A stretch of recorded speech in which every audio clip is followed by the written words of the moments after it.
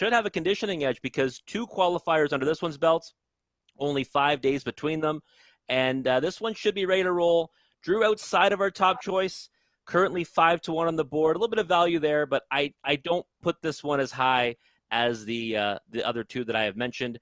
Our 4th selection is number 9, Early Bird Special. Carmen Auciello has been winning a lot of races. He won one here on opening night, and he's been winning them downtown at Mohawk Park as well. So I would not leave this horse off my ticket. If you like the 1, you got to use the 9 because that horse will be following that one off the gate.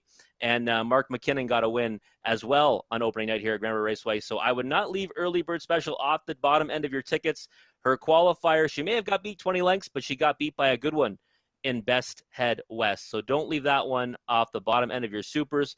This first race is the start of our guaranteed pick 5 pool of $2,500.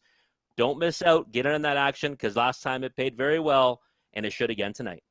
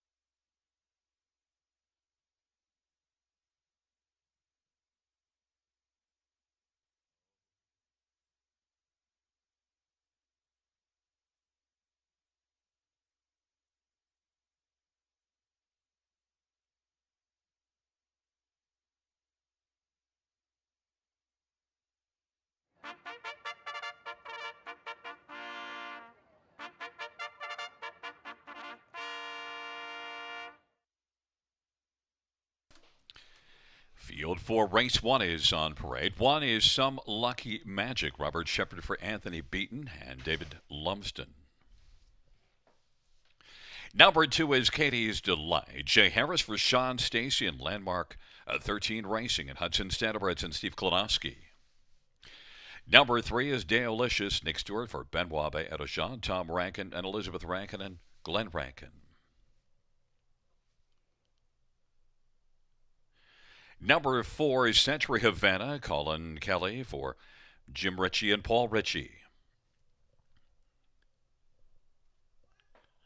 Number 5 is Sporty. Austin Sorry for Bob McIntosh. And 6 is scratch, 7 is Larjon Lena. It is Drew Neal for Mark Winnicott, Jamaximo Racing. Number 8 is Nora D. Bruce Richardson from Brian Dunbar and 8th Line Investments. 9 is Early Bird Special, Mark McKinnon for Carmen Osiello and Dinarbin Stables and Osiello Stables. Field of 8 for race number 1. Note it is the start of the Pick 5 with a guaranteed $2,500 pool. And let's get a look at this field. Right now we're going to bring in Robert Reed Jr. in a moment as we're going to discuss these. Robert, first off, I actually have the 4 Century Havana as my top choice here, and you've gone with 3 Deolicious. One thing I should mention that I liked about Century Havana, 2 qualifiers, both this month, and also 58 and 1 back half, 28 and 2 final quarter. Century Havana, now it is a first start this year, but those 2 qualifiers, they do pique my interest at 7-2. Your thoughts again? Yeah, they did too for me, Gary. I like the fact that they're short period of time in between those 2 qualifiers. Definitely gives her a conditioning edge on the rest of the field. And I've been preaching that to everyone, everywhere, to bet horses that are well conditioned. And, I went against this one, but you're giving me second thoughts right now. Well, I listen to the preaching, so there you go. I listen once in a while. Century Havana, my top choice. Also, I have respect for Jim Ritchie's barn. Jim has done well here at Grand River over the years, and I think Jim can send one to be ready here. Others to touch on. One that I did take that you didn't touch on that I like is 2 Katie's Delight. Had 1 start this year and finished a second. That was a nice start at Flamborough, and I made a break in one of the 2 qualifiers. But you got to like that back half of 57 and 2 on Katie's Delight, and Jay Harris with the drive. Your thoughts on Katie's Delight? For me, this one was obviously I left it out of my top 4. The break and stride in the first qualifier is a bit of a concern. Last qualifier was decent, no doubt, and like you mentioned, that effort at Flamborough was also positive. I just think that there might be better places to land in here, and for myself, it was Deolicious. Now, you did mention that you think 1 Some Lucky Magic is going to be able to leave from the inside, which plays into looking at 9 Early Bird Special. How do you think this race plays out in the early going? Well, the times that I've kind of ran it over in my head, I picture the 1 pushing out and hopefully the 3 coming around. And that's why I did use the 9, who's getting a little more play than I expected at 7-2. I thought we might get a better price than the 9, but I do think the 1 will push out enough that the 9 can get a decent spot. And, of course, Carmen Osiello has been winning races in bunches right now. You know, one thing I liked about the 9 Early Bird Special is experience on the half-mile track, because the 3 starts this year, 2 at Flamborough and 1 at London, and all of them were solid performances. So Early Bird Special, very comfortable here racing on the half-mile track. Although one thing to note, all 3 of those races left well and was up early, so it depends that you're right with 1 Some Lucky Magic leaving. Also, I'm going to ask you to again reiterate. I took number 3, Deolicious, as my 4th selection, and yet it's your top selection. We should just touch on your top one here one more time. Now, one thing I did hold against Deolicious, only 1 start, and it was as a 3-year-old. Didn't start as a 2-year-old. Had that 1 start as a 3-year-old. And so as that 1 start was last June, so that's a long time back, and didn't race well in that start at Georgian Downs, although it's a strange line. They went to the half in 59 and 1, and this mare was off the pace, 55 and 4 final time. That's a strange race. Robert, your thoughts? Yeah, I really like the way this one qualified, though, on June 7th. And we've seen Ben Balarjan send them out ready in these spots before. I kind of I know she's only got 1 lifetime start, but she does hold a maturity edge being 4 against a field of mostly 3-year-olds, which I also kind of like as well. I'll be honest, I'm completely shocked by the price, Gary, at 5-1. So there's where you think the value is on your top choice. Also, Kenny's top choice, and I'm going against you. So we're probably going to see which way it falls. You've taken it 3-1-4-9, and I've kind of gone a different way. 4-2-9-3.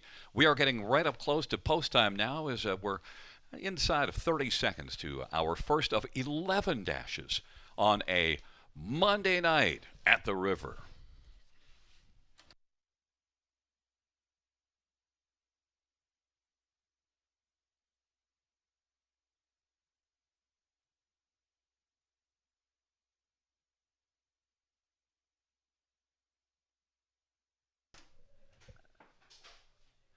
Field 4, race number 1. Moving in.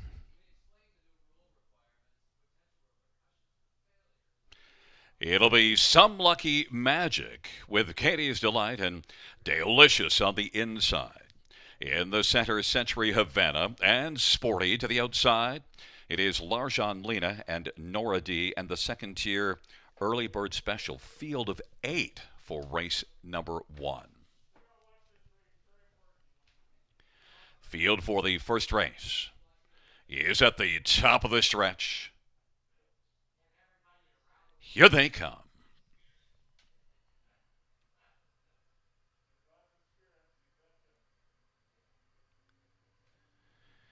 Field for race number 1 is at the start of the rough. Katie's Delight, Delicious, and Some Lucky Magic.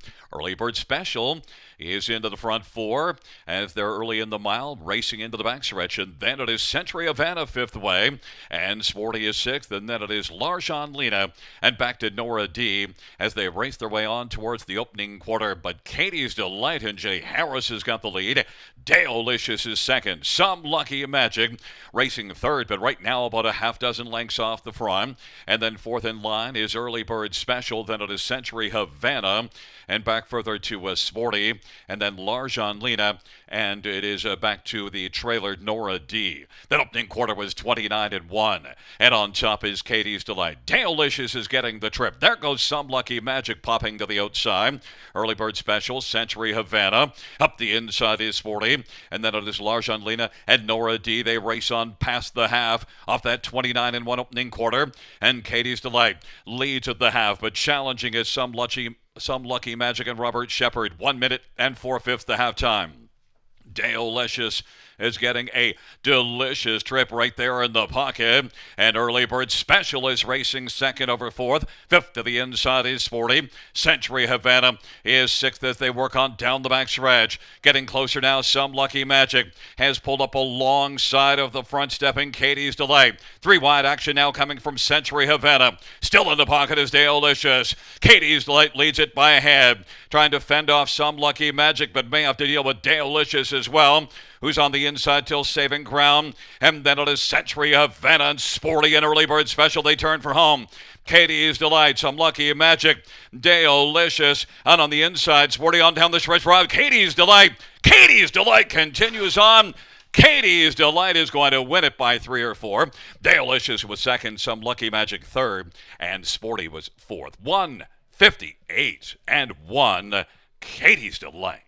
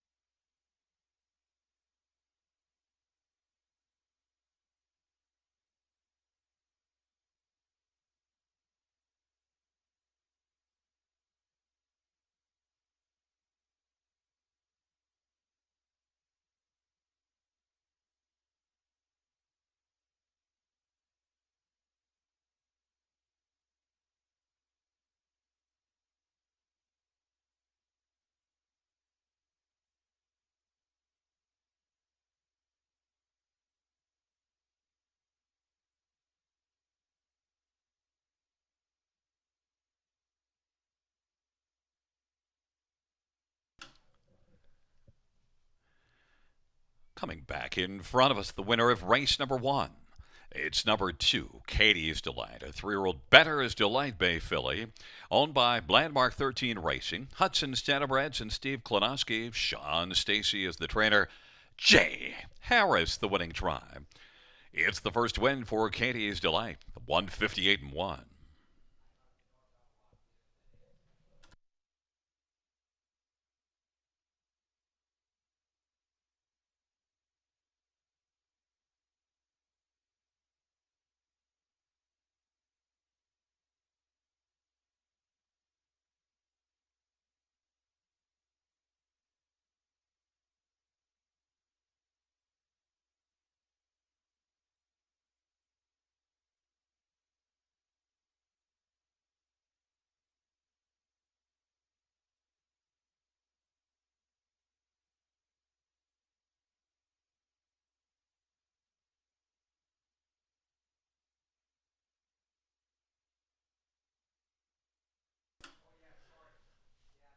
The first raise payouts number 2, Katie's Delight, $6.90, $4.70, and $3.23. Dale Licious, $6 and $3.80. And 1, Some Lucky Magic, $2.70. $2 Exactor, $42.30. Dollar Try, $92. Dollar Superfective, $537.40.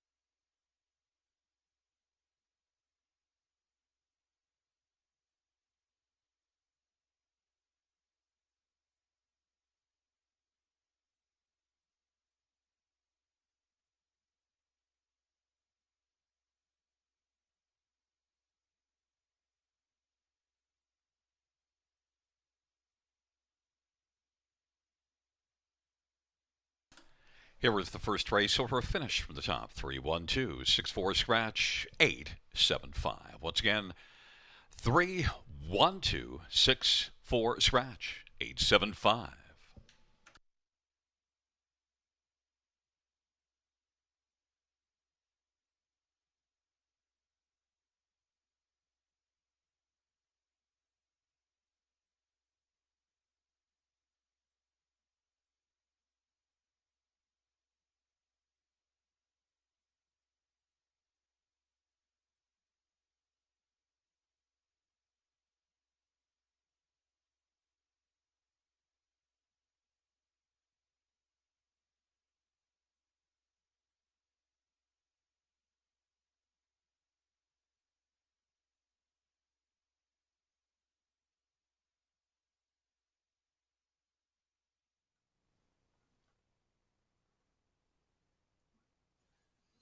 All right. Well, hey, I wasn't even close on race number one. Congratulations, though, to Katie's Delights and Jay Harris getting the job done in the first. Let's move on to the second race. Hopefully, have some more luck in that one. We've got fillies and mares non-winners of 50,000 life, and I really like a horse in here, and not the favorite by any stretch. One of the longest shots on the board right now, number 6, High Roller Duke at 7-1.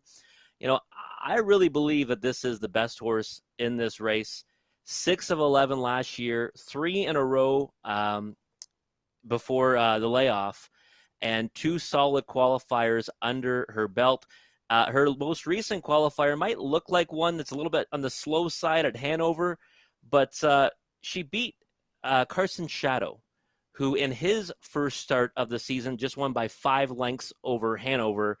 And I think that might be a good frame of reference for this one. I really do. Now, the problem is the outside post and how does this horse get into the race. So I would love to say High Roller Duke can leave out, maybe get to the lead. That might not happen, but I firmly believe this one can kind of win from anywhere with the right trip, and 8-1 on the board.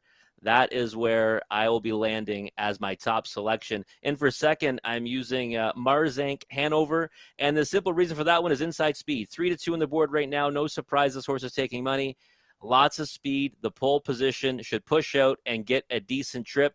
Has a big edge in that area over our top choice. But I still believe that High Roller Duke is worth every bit of a price of 4-1 or higher. Moving on to my third selection, Wildcat Delight, number 4. This one, 2-1 right now, 6-5 in the morning line. I know people are going to look at the times of her last two and probably fall in love with this one, but, time only matters in prison. Okay, and this horse racing at Hawthorne, it is a much bigger surface. And I really think that you don't want to get too wrapped up in those fast times, because if you go further back on this one's lines, she really wasn't setting the world on fire in these type of classes. So I would maybe steer clear of that one, especially if she drops below that 2-1 mark, and I'd be leaning towards the 6 and the 1. In for a fourth selection, number 3, Classy Lane Precious. I've always liked this horse. First start off the bench, not so sure how she gets away from the 3-hole tonight, but she might be able to follow along and pick up a piece. We are getting just a few minutes away from post time. The horse will be on the track shortly, and we'll be back before the start of the race to discuss it with Gary Guy.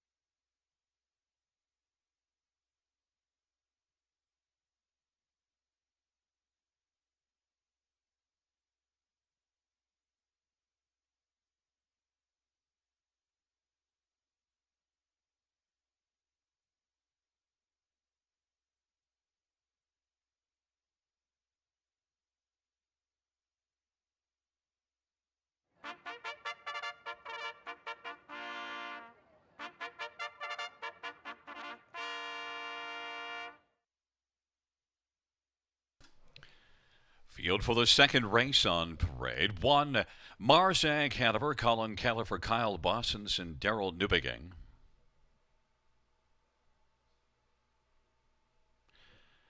Number 2, Greystone Natalie O, Brent Ballore for Gene Caddy and Dylan Ballore and Alana Ballore.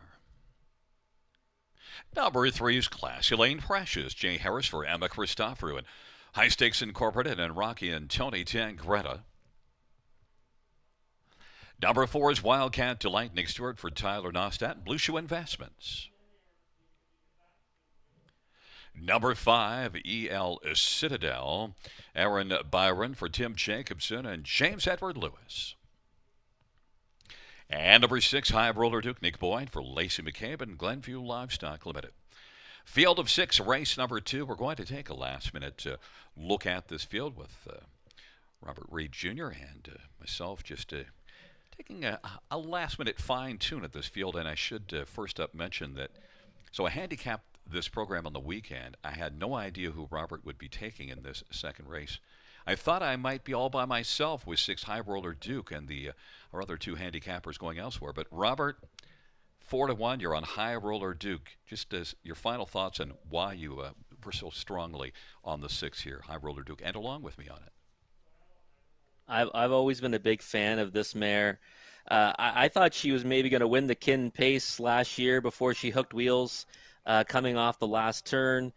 One really nice win in the elimination for that, and 3 in a row towards the end of the summer last year. I'm a big fan of this horse, Gary. One thing I'd like to throw in too, sometimes if you're looking at the barns, like you'll look at Kyle Boston's, Tyler Nostat, both have big numbers, but actually Lacey has only 6 starts this year, so it's an unfair sample size. She had big numbers last year, right? Yeah, absolutely. And I mean, the qualifiers coming into this, I thought or the qualifier coming into this was impressive. Winning by a neck over Carson Shadow. And I love it when qualifier becomes a key race.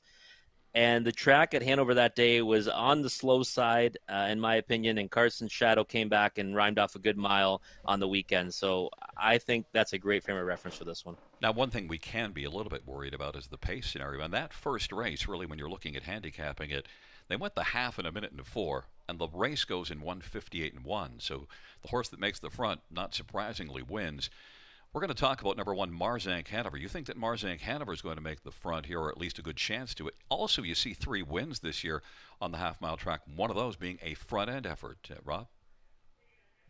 Yeah, I love, Gary, we got to always respect inside speed. And this horse certainly has enough to push out and keep the ones on the outside at bay, at least maybe through most of the turn. And right now, 6-1, that price is a lot better than it was when I was talking about this race earlier, when she was only 5-2. I think 6-1 is definitely a decent price on this one. Now, my third choice is number 4, Wildcat Delight. Kenny had this one on top, and this is the one getting all the money, 3-5 on the board. You do have to respect Tyler Nostat's barn. Gets a lot of success. One thing I do like with Wildcat Delight that you have to value, 3 starts in May while the others were on the bench, and all 3 of them are wins. You did mention, don't be too awed by the speed, but that 26-2 final quarter does kind of jump out there. Do you think people are overestimating, like looking at the speed and just being a little too enamored? Yeah, I do actually, Gary. That last quarter is pretty much a straightaway, right? So you see a lot of big, fast quarters over Hawthorne like that. And, the conditioning edge is definitely there, at least from a racing perspective. I just figured this one would take all the money, and I do think it's worth maybe going against it based on the fact that those times look a little more appealing than they are. There's one more I'd like to get you to touch on, only because Greystone Natalie O, the number 2 horse, is my second choice and not on your top 4 in a field of 6. So we have a difference of opinion here. What I really liked was the ability to finish in the top 2. 13 starts and 10 top 2 finishes. And Greystone Natalie O does show racing against competitive fields. You see 3 miles of 52 back last summer racing on the big track. Greystone Natalie O, 5-1. What have you got to pop in with Greystone Natalie O? I'm actually a big fan of this horse, and it was a toss-up between her and Classy Lane Precious for my 4th spot. I think she's going to need the start. That's my stance on her. I think she needs this start. and she's definitely one to watch for next time. Yeah, that is a really good point. March the 19th, the last start. And in that first race, horses that had the most recent action were right there on the board. So it was the 1, 2, and 4 that had the most recent action, and we see how that race panned out. We're going to see if it holds up here, if the front end speed on the inside, as we have Marzank Hanover at 9-2 in post position 1.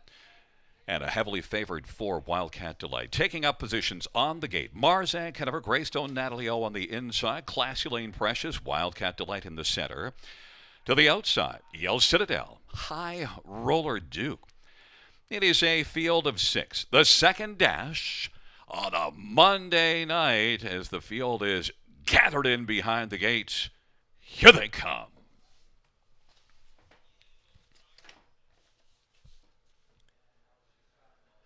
Field for the second race is at the start of the rough. Classy Lane Precious and Wildcat Delight. High Roller Duke from the outside. Marzank Hanover is racing into the front. 4 right now. Then it is Greystone Natalie O. And back trailing the field is EL Citadel.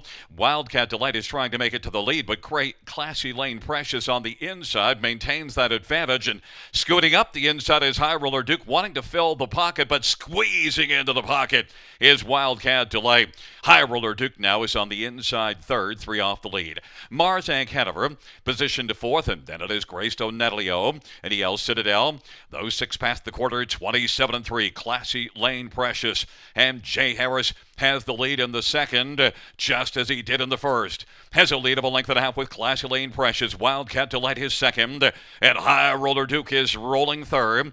Then it is Marzank Hanover, and then it is back to Greystone Natalie O and EL Citadel. Classy Lane Precious on past the halftime 57-4 as they work their way to the 5/8 on the outside now. High Roller Duke is challenging and has come on to take a share of second, and down to the inside Wildcat Delight. Off stride goes Greystone Natalie O, and then as they race the backstretch, 4th Marzank Hanover though, but dropping back, EL Citadel pops to the outside and takes over 4th. Classy Lane Precious has got the lead. High Roller Duke on the outside trying to wear down Classy Lane Precious, but Classy Lane Precious is very game on the lead, and right scooting up close in the pocket is Wildcat Delight, right tight there, and now 3 wide comes EL Citadel. EL Citadel at 25-1 is looming out there and is now driving, taking second. Classy Lane Precious, EL Citadel, and Wildcat Delight looking for the passing lane. Classy Lane Precious, Wildcat Delight, and EL Citadel as they come to the finish. It is Classy Lane Precious finishing second. EL Citadel then third was Wildcat Delight, and then High Roller Duke. 1:56-2. Classy Lane Precious.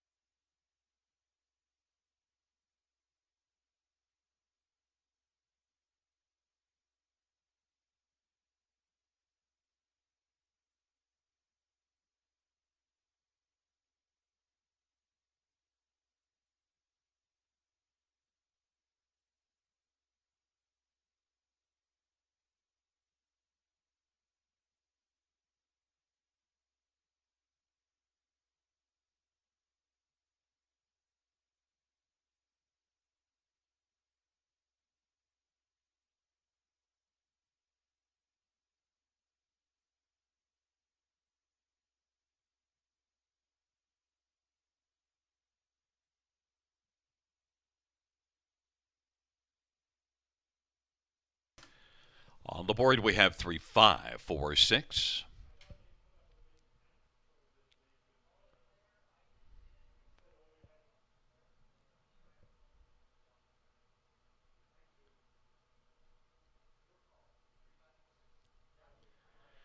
Back in front of us, the winner of the second race, number 3, Classy Lane Precious, a 4-year-old Big Jim Bay Mare, owned by High Stakes Incorporated, and Rocky and Tony Tangretta.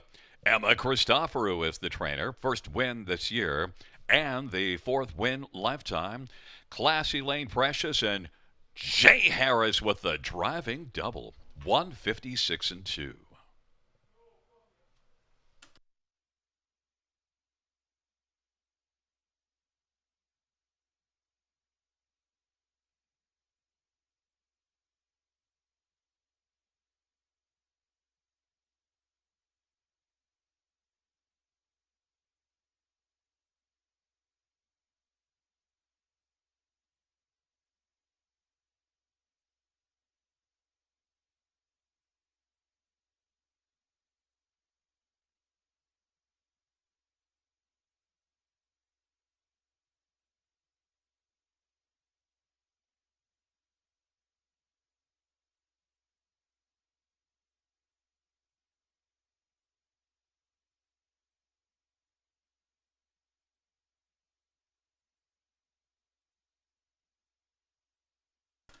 The second race payouts 3 Classy Lane Precious, 1360, 673.40.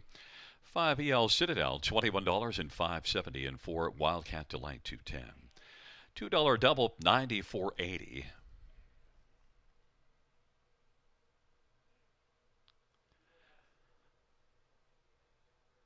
The $2 exactor, 124.60.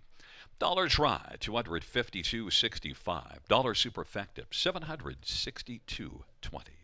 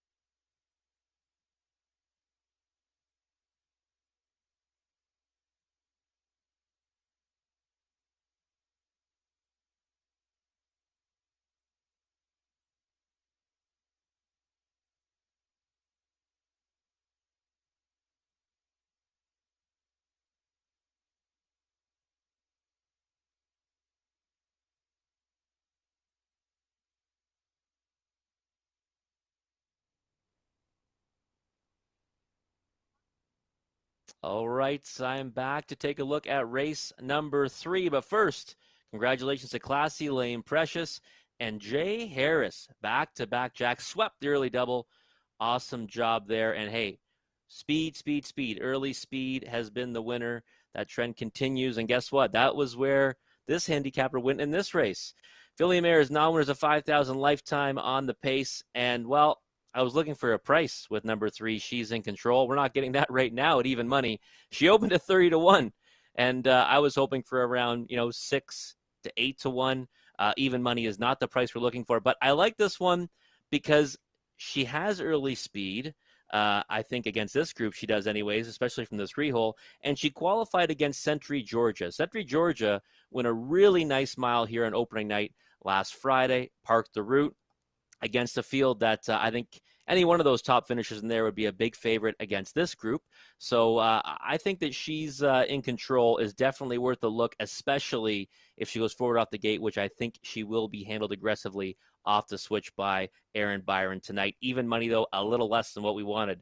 My second selection is, again, looking for that early speed. Number 4, Lucky Town. GRR Plant sure knows how to get one off the switch, and I believe this one will be going forward as well. This one, the lines may look a little underwhelming, but again, early speed and now drawing on the center of the gate as opposed to drawing to the outside might be of great importance for this one. My third selection is number 8, a Black Diamond, and maybe this one would have been ranked higher by myself. 7 to 1 is definitely an appealing price. If this one drew further inside. All right, we've got Kyle Bossens. I have no issue certainly taking a stab on one of his horses. And don't hold that start back in March against this one. Overland Journey took a lot of support at 90 cents to the dollar, so I would certainly consider this one, especially at a price right now of 10 to 1. Fourth selection, number 9, Scottish Cheddar, a first-time starter, a homebred for Gary Anderson. In the first race, we saw a horse that this one qualified against. That was Some Lucky Magic. And this one here actually finished ahead of that one in their qualifier, and that one performed well. So that's a good frame of reference. The question is, where does this one get away from the second tier? I certainly think she is worth a look at 4 to 1, but I'm going to go with 3, 4, 8, 9 as my selections. Good luck on your wagers.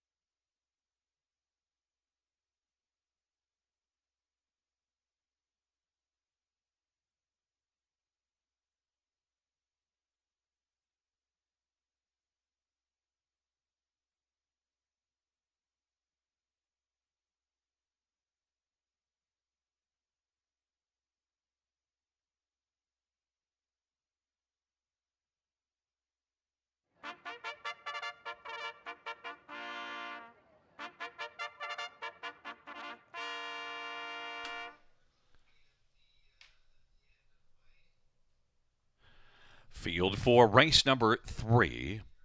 On parade 1, Stonebridge Crush, Natasha Day for Julie Walker and Jennifer Armstrong. Number 2, Tandy Girl, Jason Ryan for A Numbered Company from Ottawa. Number 3, She's in Control, Aaron Byron for Warren Casely. And number 4, Lucky Town, J.R. Plot for Stefan LaRock. Number 5 is Cassius, Austin Sorry for Murray Breather, and Dr. Hugh Llewellyn. Number 6, Who Cut the Cheese, Jay Harris for Harold Wilson. And number 7 is Alessandra Tyler Borth for Bill Budd and Frank Lamacchia and Tony Maselli.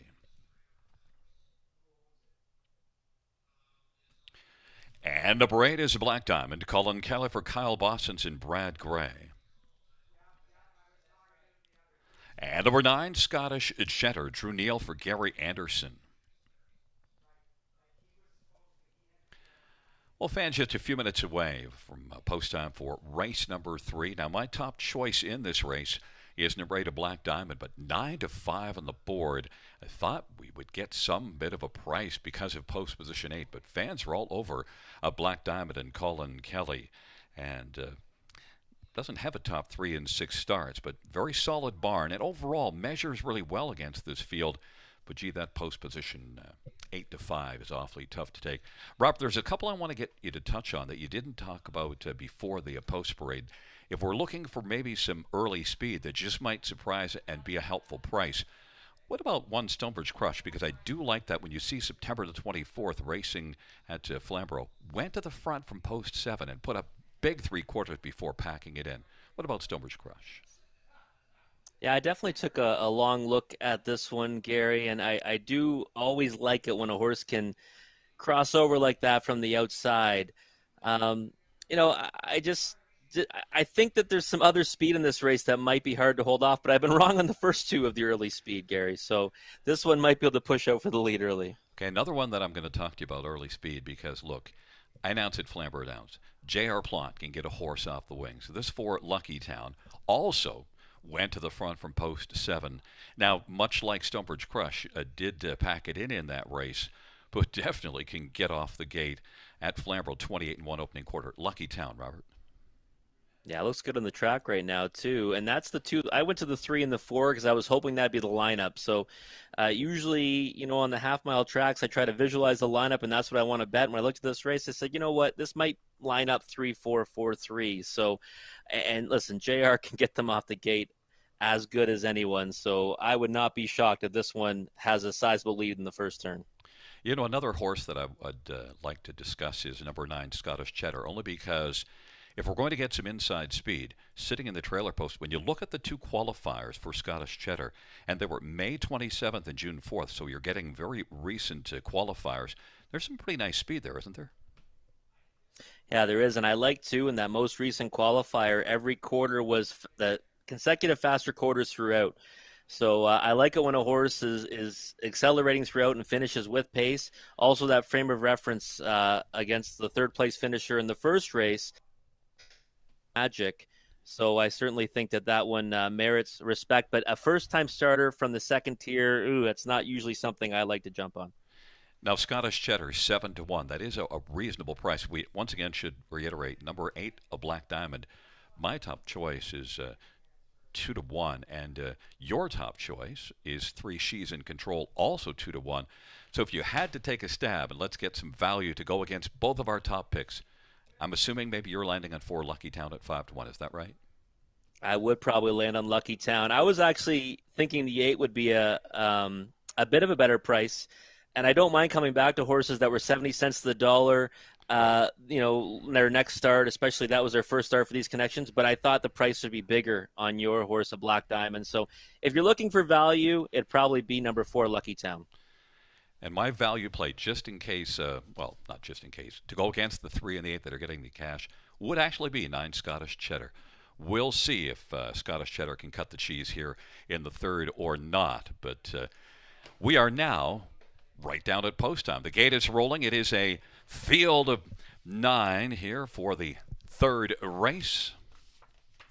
Taking up position, Stonebridge Crush, Tandy Girl. She's in control on the inside. In the center, Lucky Town, and Cassius to the outside. It is Who Cut the Cheese, Alessandra, and a Black Diamond. The second tier, Scottish Cheddar.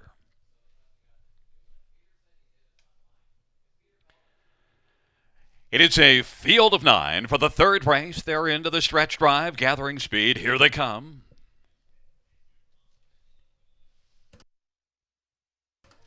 And the field is set to start it off in Luckytown. Buena Strata is hooked wheels with 5 Cassius, and down on the track momentarily is GRR Plot, but does have control of his horse and taken down to the inside. Now with the lead as she's in control. And to the outside, a Black Diamond is moving out strongly from post position 8. A Black Diamond is challenging to take the lead from She's in Control. Stonebridge Crush is 3rd, and Alessandra is racing position 4th. Then it is Tandy Girl and Who Cut the Cheese, and back to Scottish Cheddar, and they race their way to the opening quarter. Black Diamond has got the lead. A Black Diamond, and now this race is going to be a no contest as field is now pulling up a no contest in race number 3.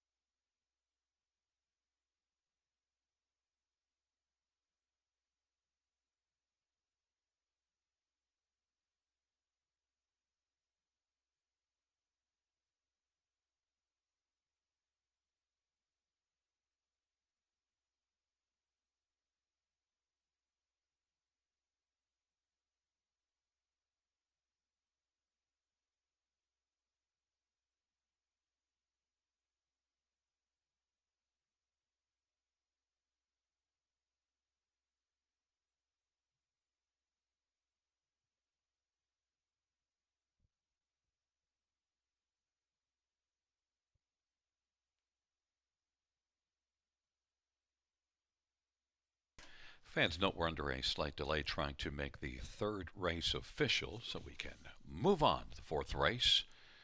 Fourth race, note that Paul McKenzie drives 5, Sheila's Brush.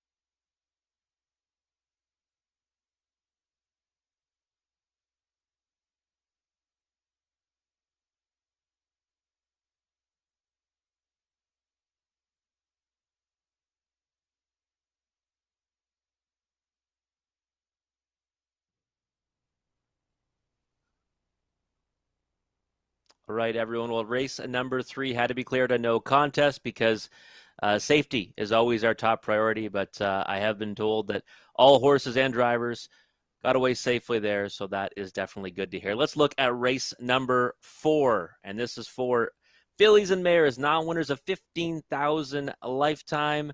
And well, I'm really excited about a horse in this race. The problem is she's 2-5, and that is Salzbrook Olympia, 3 for 6 as a rookie. And those victories were nearly a combined 25 lengths between them. And Brett McDonald drove this filly in 2 of those outings. I really liked her qualifier. She'll make her sophomore debut for Brian Lee. And the bookend quarters in that qualifier were 28-1 and 28-4, something that I really like. That horse can accelerate off the gate and then come home well as well. So Salzbrook Olympia is my top choice with a bullet, but 2-5. Definitely not any value there right now. My second selection, there is some value on that one. 23-1 on number 1, Kaylee's Real. Really liked how this one qualified on March 29th. Sorry, May 29th. She's a real big mare, so my only concern is that she might not be able to get around the turns here at Grand River, but she came home well in 27-4 and got up to beat Fern Hill Bella on the wire for third. So I think in this one's first start for Melissa Lamoureux, you might want to give her a serious look, especially if she goes off anywhere near that 24-1 odds she is right now. My third selection is number 2, Steal Me a Treasure. This roan filly had a real nice victory back on April 1st at Western Fair, but this is much tougher tonight. This is a much tougher group for her to face, but I do think she's got enough speed to get away well and sit a trip to get a piece of this. 8-1, 7-1 now on the board. She might be worth a look to use underneath. My fourth selection is Sheila's Brush, number 5. This horse picks up Paul McKenzie in the bike right now. Grand River's leading driver with 3 wins. Last start was back in March, and Ken Oliver handed the lines to Bob McClure that night. She came home a back half in 56 seconds flat, and I think that's an indication of good things to come for this one. So you might want to take a look at her underneath on your tries and supers at 30-1 right now. The horses will be on the track shortly, and we'll come back with Gary Guy to discuss this a little further.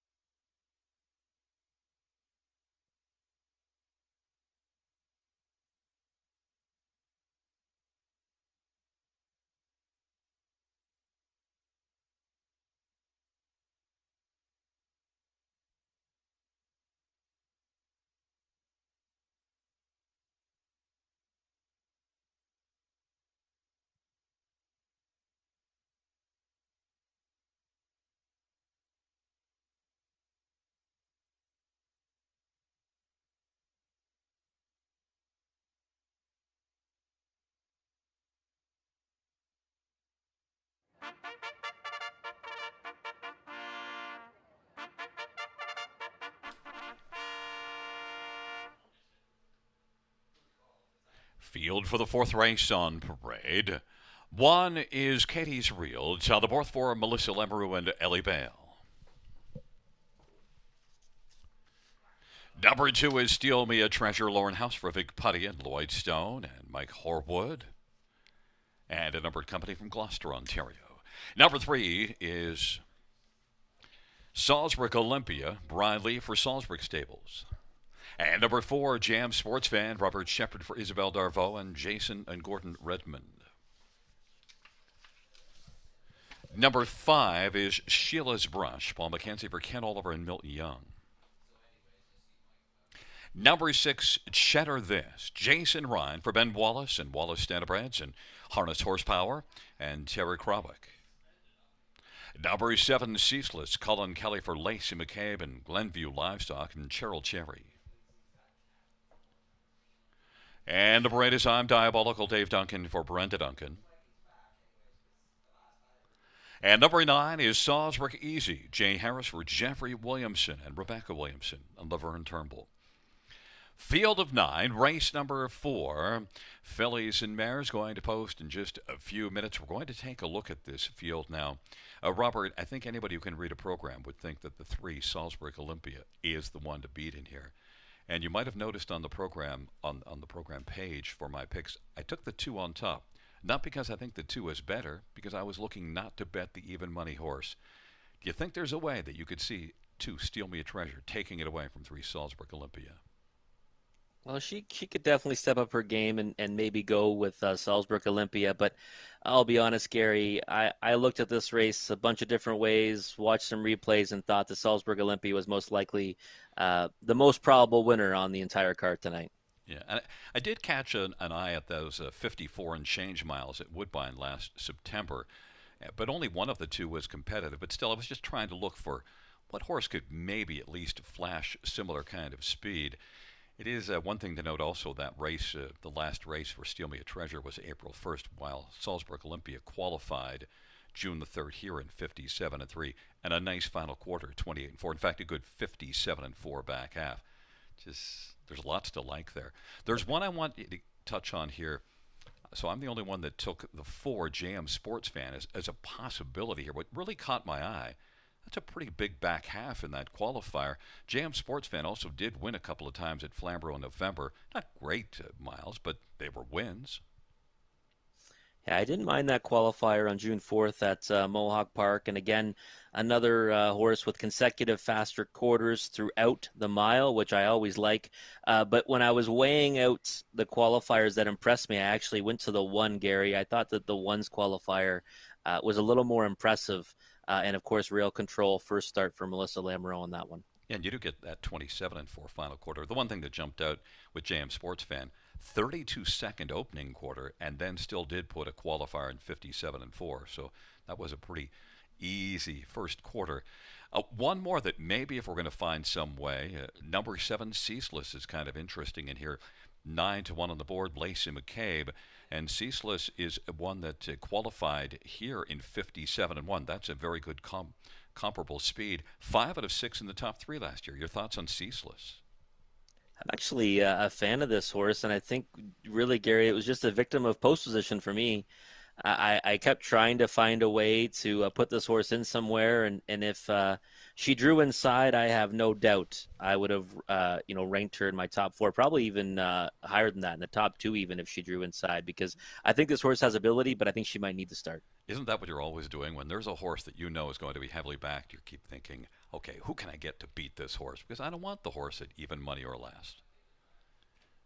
Yeah, exactly. It's the name of the game is always value, but I've got a feeling in this one, Gary, we might try to get too creative if we try to beat Salzburg Olympia. Well, often, when you look at a race after you've bet it and you go against the favorite and then they just romp, you sit back and say, yeah, well, I always look at it this way. You're not going to go broke not cashing 1 to 2 tickets. You're 100% right. Right now, there isn't a lot of value in my top selection, at least in trying to take down the favorite. 2 Steal Me a Treasure is 9-2. But Rob's second choice, the one that he went to try to take down the favorite, number 1, Kaylee's Real, and Tyler Borth, first start for Melissa Lamoureux, who's definitely a proven trainer, does offer 9-1, so that does appear to be where the value is in this race. We should note that Paul McKenzie is driving 5, Sheila's Brush. It's a field of 9. We're less than a minute to post time. Race number 4.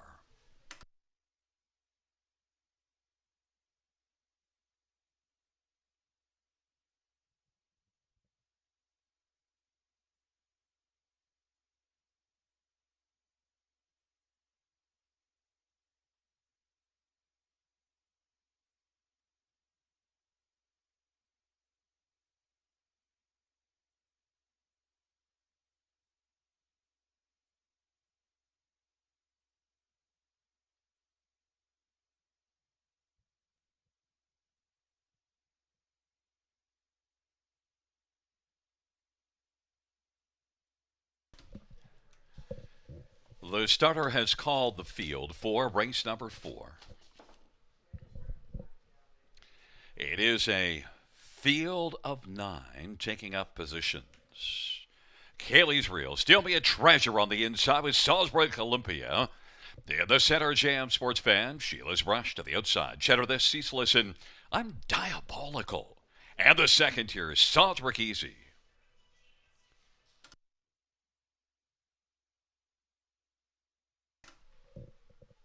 The field for race number 4 is gathering speed in the stretch. Here they come.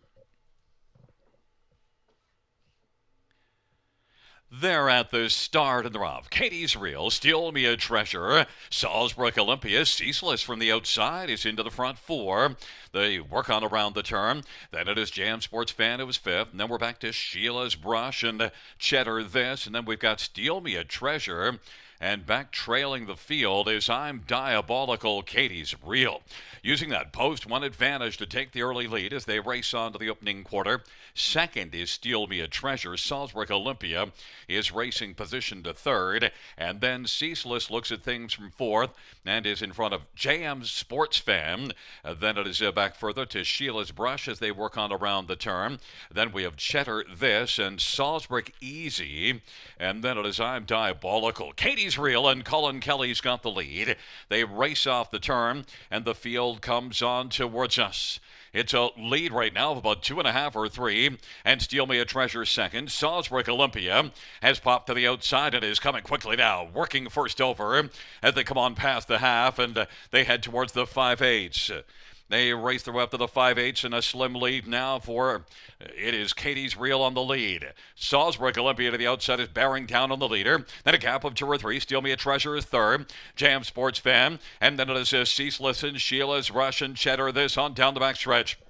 Salzburg Olympia, the 4-5 favorite, is taken over. Jam Sports Fan now grabs second. Kaylee's Reel is 3rd as they race on to 3/4, and then it is Ceaseless position to 4th, and 5th is Steal Me a Treasure. And on by 3/4, and it is Salzburg Olympia. Jam Sports Fan is looking for the upset as they turn for home. It is Salzburg Olympia on the inside for Brett McDonald. Charging is Jam Sports Fan, but Salzburg Olympia on the inside is game. Salzburg Olympia, Jam Sports Fan, close at the finish between those two. Kaylee's Reel was 3rd. Steal Me a Treasure was 4th.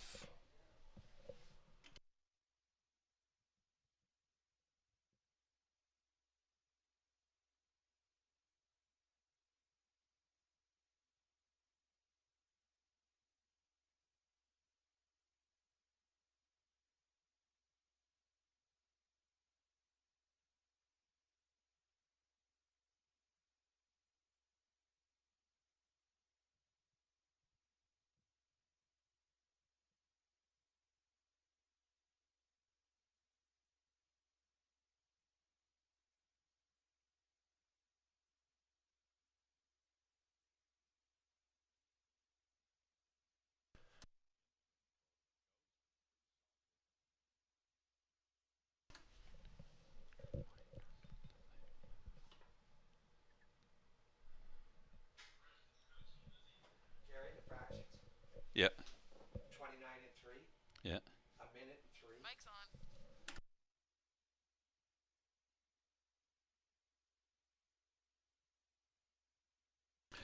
Fans, the fraction in that race, the fractions, 29 and 3, 1 minute and 3/5, 128 and 2, and 157 and 1.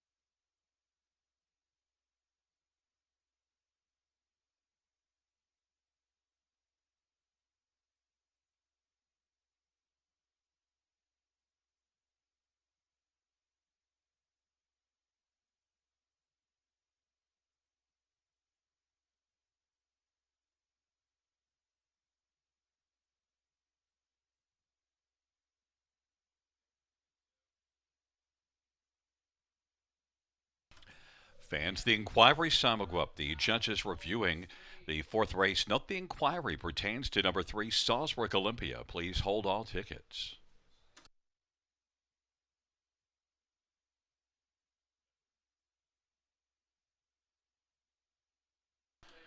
Once again, fans, note the inquiry sign is up, and it does pertain to your unofficial winner, number 3, Salzburg Olympia.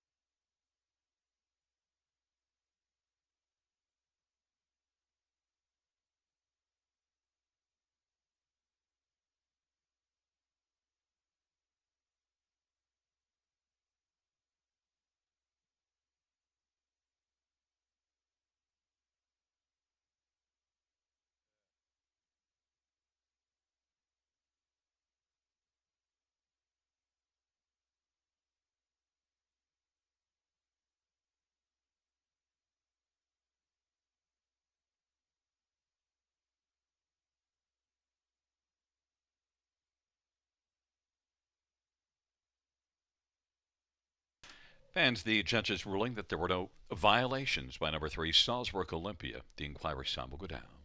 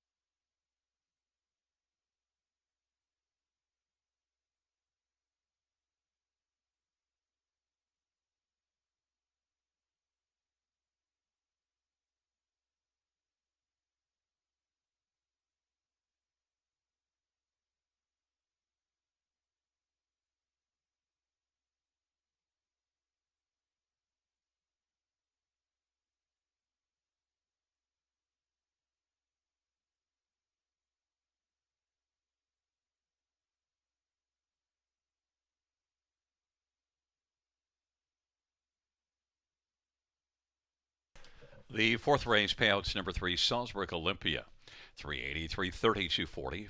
4, JM Sports Fan, $865. 1, Katie's Reel, $330.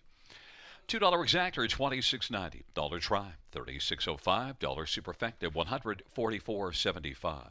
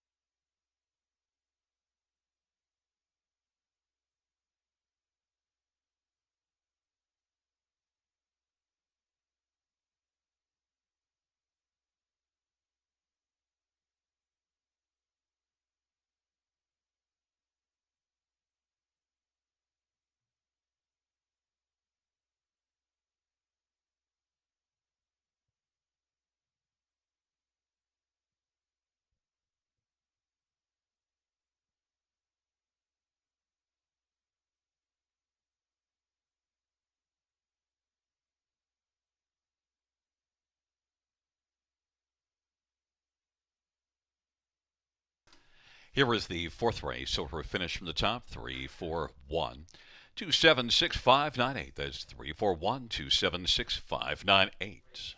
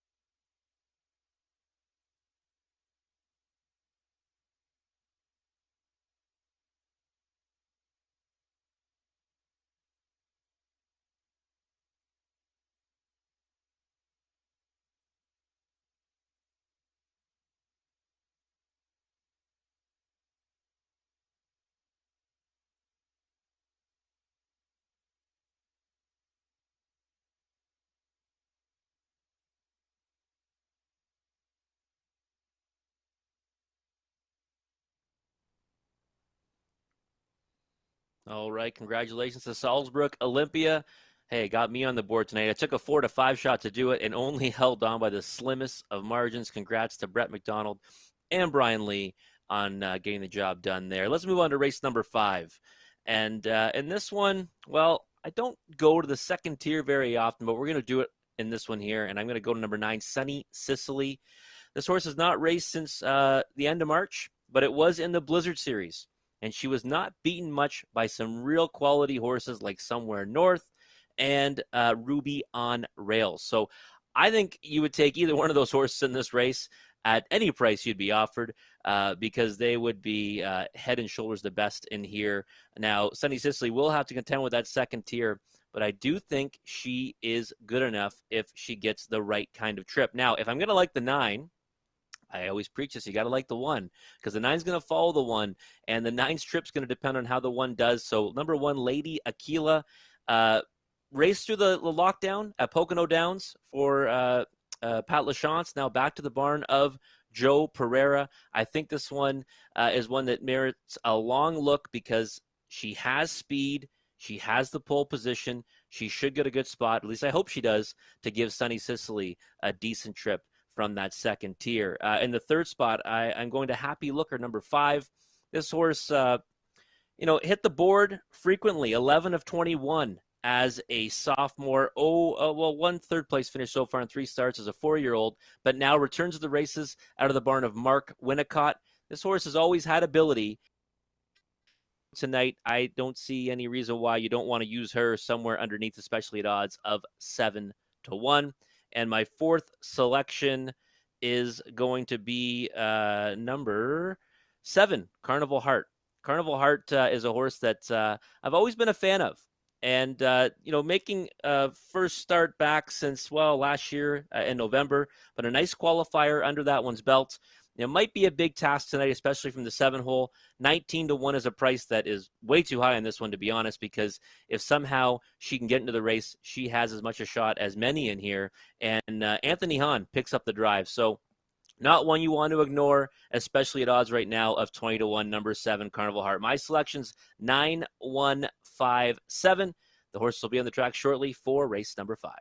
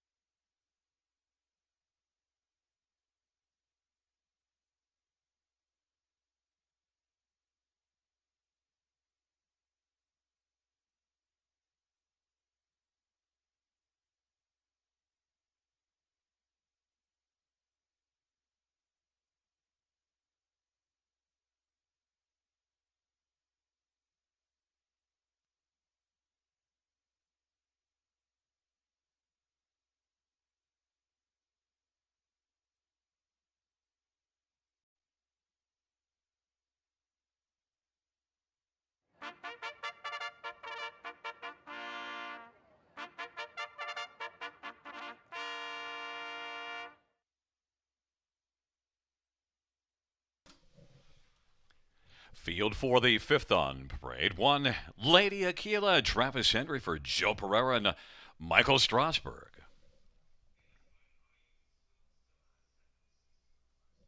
Number 2 is Butterfly, Kisses Austin Sorry for Kyle Reibling. Number 3 is Coming Your Way, Chadamore for Heather Pickett. Number 4 is Salzburg Flashy, Cullen Kelly for Steve Charlton and LaRock Racing. 5 is Happy Looker, Aaron Byron for Mark Winnicott and Donald Smith and Donna Parker. Number 6, Share of the Moment, Travis Cullen for Jody Cullen.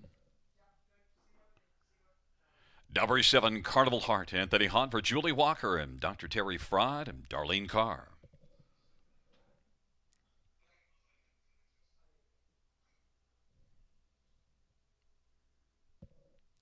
Number 8 is Flossie, J.R. Pline for Mike Vanderkamp and Empty Stables. And number 9 is Sunny Sicily, Wayne McLean for Jocelyn Menard and Beverly Rice. Field of 9, race number 5, start of the pick 3. Fillies and Mares, a nice field. And Robert, so taking a look at your top 3 of 9, 1, 5, and I have 6, 8, 2. I was beginning to think, am I on the wrong race here? We're going to see how things pan out here. But, I want you to tell me, look, first of all, I should say this. In terms of your handicapping versus mine, I'm probably a claimer in against the stakes horse. But I did take the number 6, Share the Moment, as my top selection. I probably have a bias. Jody Cullen and Travis Cullen, they team up at Flamborough all the time when I'm there. And, people probably know that I would have a Flamborough bias from all of the years being there. Share the Moment and Travis Cullen, your thoughts. Well, it's interesting, Gary. You're mentioning this to me now, and I've actually told a lot of people that they asked me whose horses look the best coming back off the hiatus, and I said it was Jody Cullen. So, I might be out to lunch in this one. Right now, 2-1 on the board. Listen, I like this horse. I just thought that there was some other ones in here that have faced more accomplished foes, and that's why I went in the direction of those ones. I also have the 8 Flossie, and we all know that taking the 8 horse on a half-mile track, one of my thoughts here is, JR can really get a horse off of the gate, and now this horse does come in off of winning each of her last 2 races and also has 4 wins in 11 starts. At least, could you see Flossie being a factor in the top 4 here? I know you didn't take Flossie in your top 4, but at least a shot to get in. If she can get to the lead, then I would say yes, Gary. But I kind of don't know how that's going to happen in here. The 8 hole is tough. The last time she made the lead, she had the rail, and the time before that, she landed the 2 hole and removed from the 4 hole. This is much tougher from the 8 hole, as you know. So I have a hard time thinking that this is going to be an easy go for her to get in the race. Well, and absolutely, picking a horse from post 8 to get to the front, you're probably really swimming upstream. But I was looking for a price. Flossie 9-1, actually getting a bit of action. Number 9, Sunny Sicily is your top pick, and the fans are in agreement with you, and they have this one at 2-1. And declaring bias as one of my biases, I really like Wayne McLean as a person, and he had a good year last year. His barn was pretty solid. And Sunny Sicily, I did see this one race well at Flamborough often. Sunny Sicily does have to get the trip from the trailer post, but you mentioned that you like Lady Aquila to be able to leave off the gate. How do you see this race unfolding early? Well, I'm hoping that Lady Aquila pushes out from the rail and goes all she can go early to give the 9 a better trip. I think Share the Moment's going to try to leave from post 6, and she certainly showed some speed in the past. So I would think that the 6 is going to try to come around them. I'm hoping the 1 pushes out and Sunny Sicily stays in that one's helmet. Now, there is one more that I should talk about because it is one that I chose, and you didn't speak about this horse. Number 2, Butterfly Kisses, who is 7-1. Kyle Brobling training, and this one did have some quite a bit of success. Back-to-back wins. You see that win March the 6th. Also ended the year last year with a win, and then also qualified well at Flamborough March the 27th, just before we got shut down. Butterfly Kisses, Rob. Yeah, this one, I think that inside speed is definitely a possibility here, and she's had success, but I still look to the ones that have raced a little bit higher against tougher, and I think that Butterfly Kisses will be in overhead against a lot of the competition that Sunny Sicily has faced anyway. So I certainly think this one has a chance to get a piece of it, but a minor share. Well, it'll be an interesting race just between the two of us here because I see that number 6, Share the Moment, is 2-1. Your horse is the second choice at 3-1. And my top pick's not one of your top 4, and your top pick's not one of my top 4. So one of us is wrong. We're going to find out. All right. Well, good luck, Harry. I got a feeling it's probably me, but let's have a race.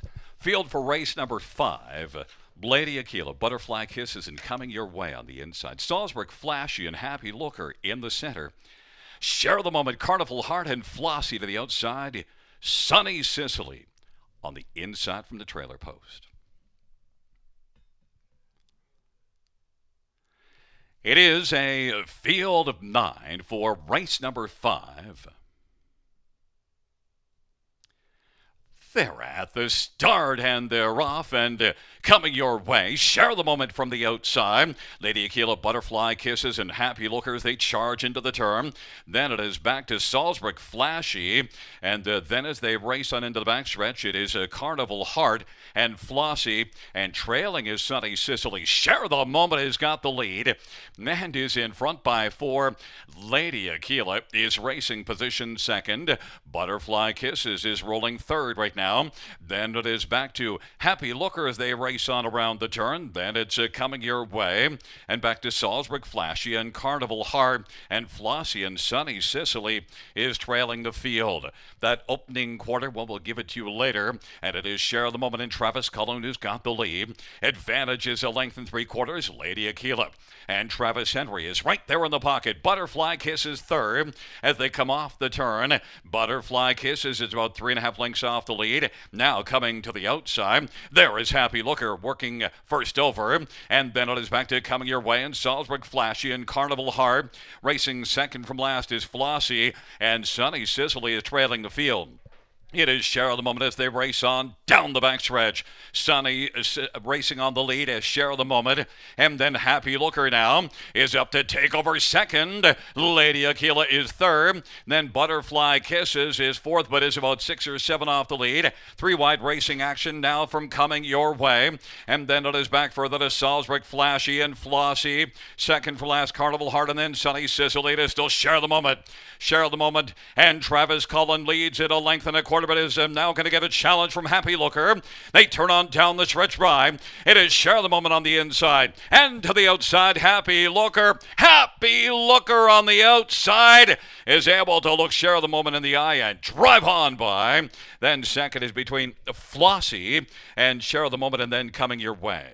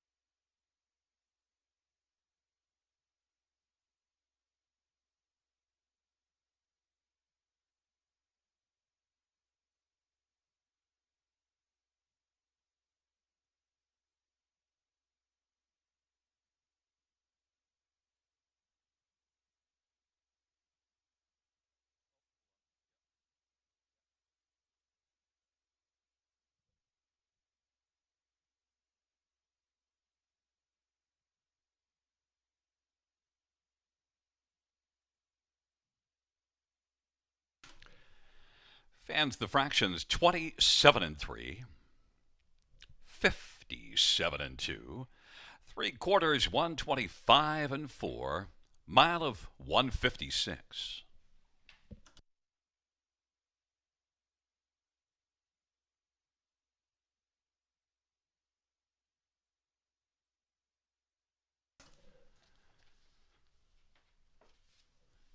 Back in front of us, the winner of race number 5, it is 5 Happy Looker, Aaron Byron, the winning drive. Happy Looker is a 4-year-old He's Watching bay mare, owned by Donald Smith and Donna Parker. Mark Winnicott's the trainer. First win this year, 4th lifetime for Happy Looker, 156 flat.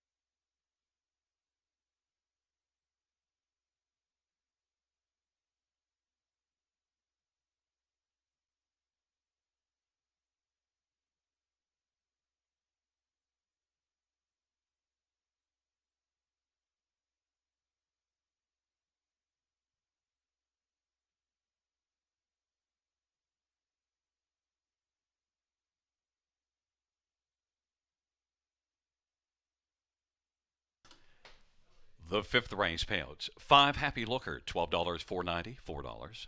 Number 6 Share of the Moment, $3.30 and $2.30. And a Braid Flossie, $6.60. $2 Exactor, $46. Dollar Try, $192.20. We had a 20-cent Super, $674.79. And a Pick 5, 5 of 5, $601.80.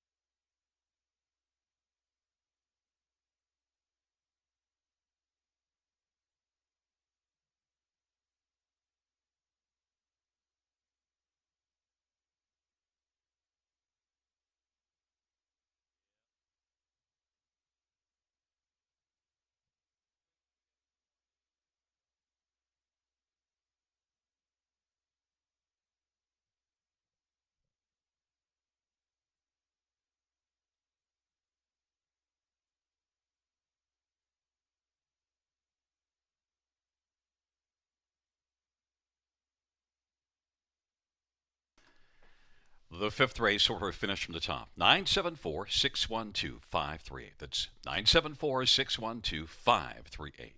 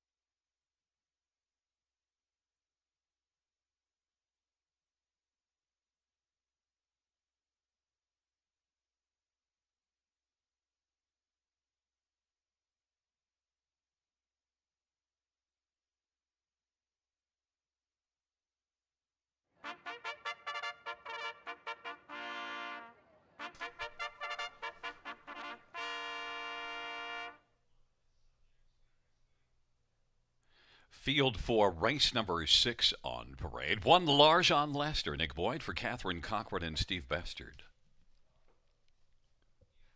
Number 2, Bet the Limit, Scott Ray for Bruce Goyd and Ron Nobes and Sean Brisebois. Number 3 is Modern Rider, Brett McDonald, Richard Morrow, and Norman Beausoleil. Number 4 is Denmark, Sister Talborth for Ray Stewart and 100 the Hard Way. Number 5, Don't Believe Me, Just Watch, Travis Henry for Harry Polton and the Stable. Number 6, Okie Dokie, Chair Plot for Hank Lilly and MT Stables.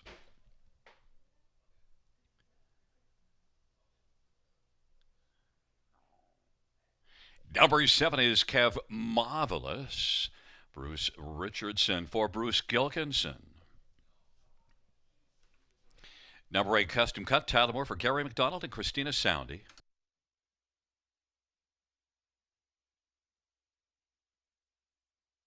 And number 9 is Shifting Views, Austin Sorry for Sheldon Rose and Dewey Winham and Howe.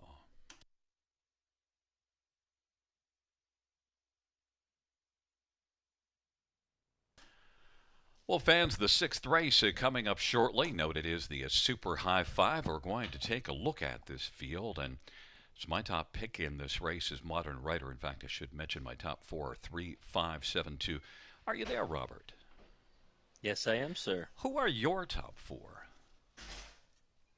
I went to a top 5 here. 3, 5, 4, 7, 2. So I'm assuming that you're thinking that the 3 is going to be very tough to beat in here. I mean, you really have to like what you see on the page. Yeah, well, we got 4 wins in a row. Nothing worse than a 2nd and 6 starts, and claimed on March 24th by Richard Moreau. So I certainly think that Modern Rider is the one to beat. You have to also like that 27-4 final quarter. Now, one thing I would say, and you went the same way I did in terms of if there's going to be one to take down Modern Writer, and I don't think it would be. Number 5, Don't Believe Me, Just Watch, has faced tougher and fared pretty well. How do you compare the two?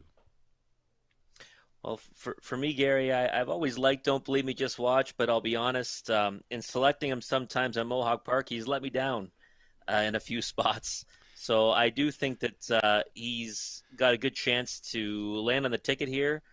But the way Modern Rider's been racing and the way he qualified, I think he's going to be in tough for the victory. Number 4, Denmark Sealster, your third choice, does not have a win in the last 19 starts, but 5 runner-up finishes. At least belongs on the ticket? Yeah, decent qualifier, first time Lasix. The 0 for 19 is something I definitely do not like, but that's why I wouldn't put this horse on top. But I think you need to use this horse underneath. You know one that's interesting here, number 7, Kev Marvelous, and a little disclaimer here, Bruce Gilkinson, the trainer, is a friend of mine. But this horse looks good on paper here. What are your thoughts on Kev Marvelous? I was actually a big fan of his effort on back in February, though, at Mohawk Park. Went first over, hung around to finish fourth, came home in 27-4. Not a bad effort. 7-hole tonight definitely kind of deters me a little bit, but I think that he's one of the ones you want to use underneath at a price. And then you're going to round out the ticket with number 2, Bet the Limit. Pretty impressive March the 31st effort. What about number 2, Bet the Limit? For me, it's just a post position game on this one. I think from post 2, this horse should be forwardly placed and get away with a decent trip. Should sit along. The 1 doesn't have much speed, right? So if the 2 cross over in front of the 1, I think he will probably get the easiest trip of the race and land somewhere on the ticket. So your top 5 with the Super High 5, which is coming up very shortly. 3, 5, 4, 7, 2. I'm very similar with you on this one compared to last race when we had very different ideas. I should probably quit while I'm ahead of you on that one in terms of handicapping. I know my class level. That was an interesting last Ash. Yeah, it was absolutely. Happy looker though. First time Mark Winnicott got the job done. I thought you were home though with Travis Cullen on the front end. I should just fold my cards right now. You should always quit while you're up. We're getting close to post time. Race number 6 coming up very shortly. It is a Super High 5.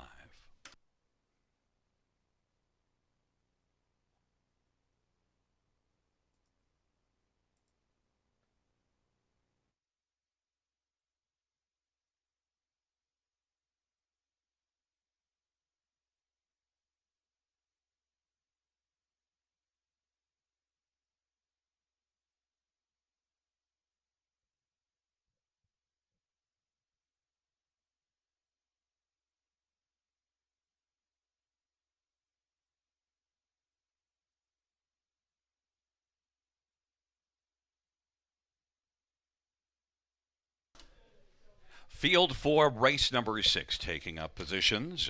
Larjan Lester, Bet the Limit, Modern Writer on the inside. In the center, Denmark Sealster, and Don't Believe Me, Just Watch. On the outside, Okie Dokie, Kev Marvelous and Custom Cut, the second tier, Shifting Views.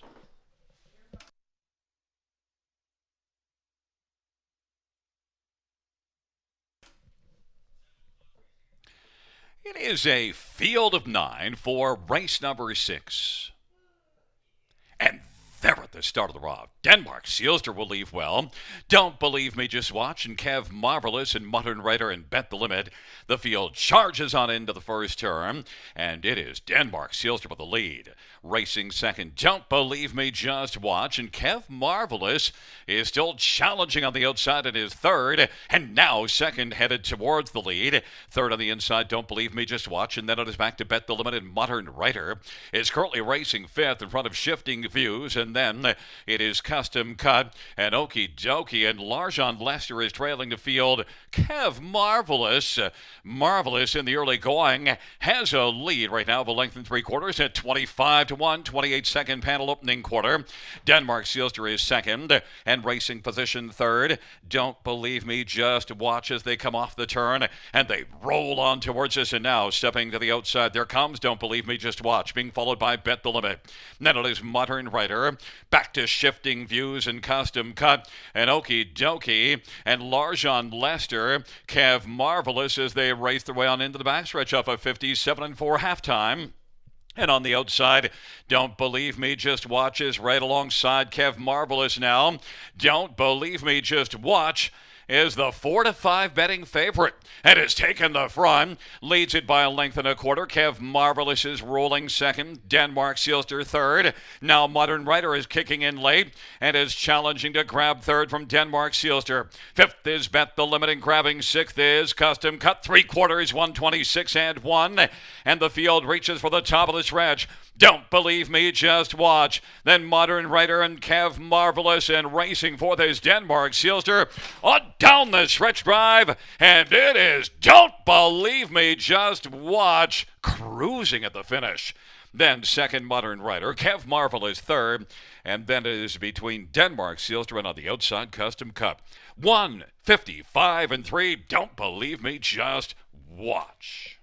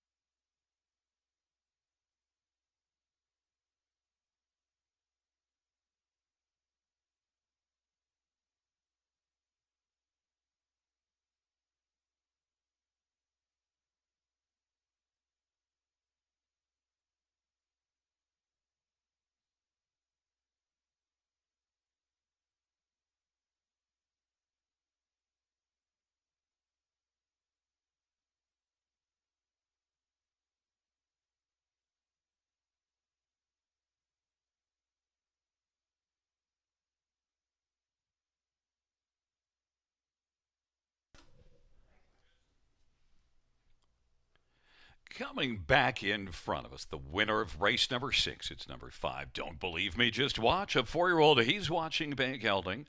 Owned by the stable, trained by Harry Polton. Travis Henry is the winning driver. It's the first win this year, 4th lifetime. Don't Believe Me, Just Watch. And Turk Henry at 155 and 3.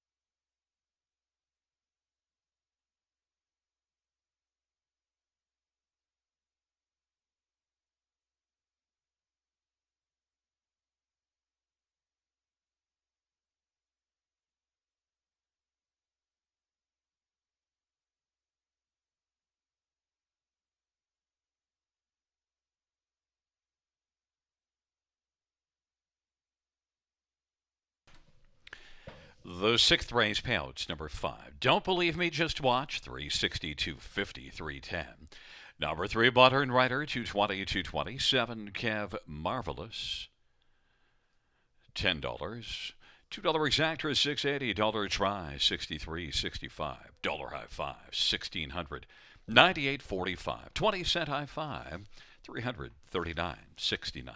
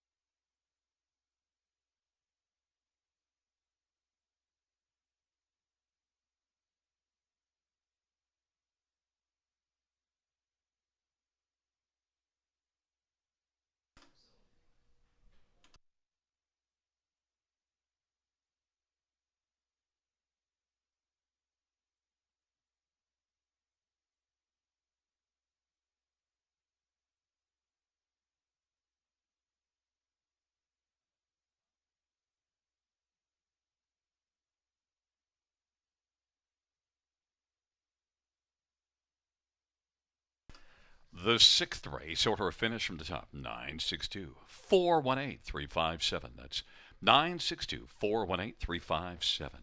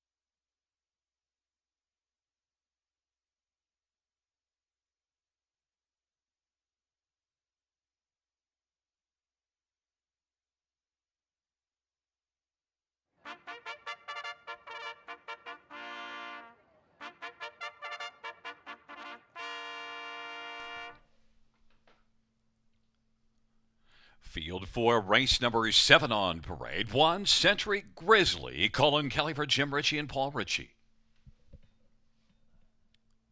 Number 2, I'll get my own, thanks. Dale Fritz drives and partners with Michael Sawyer and Edward Aitchison and BWP Stable. Number 3, Shadowtail Austin Sorry for Tyler Nostad and Blue Shoe Investments. And number 4 is Ozzie Young, Paul McKenzie for Ken Oliver and Milton Young. Number 5, he's a handyman. It's Mike Horner from Mark Horner.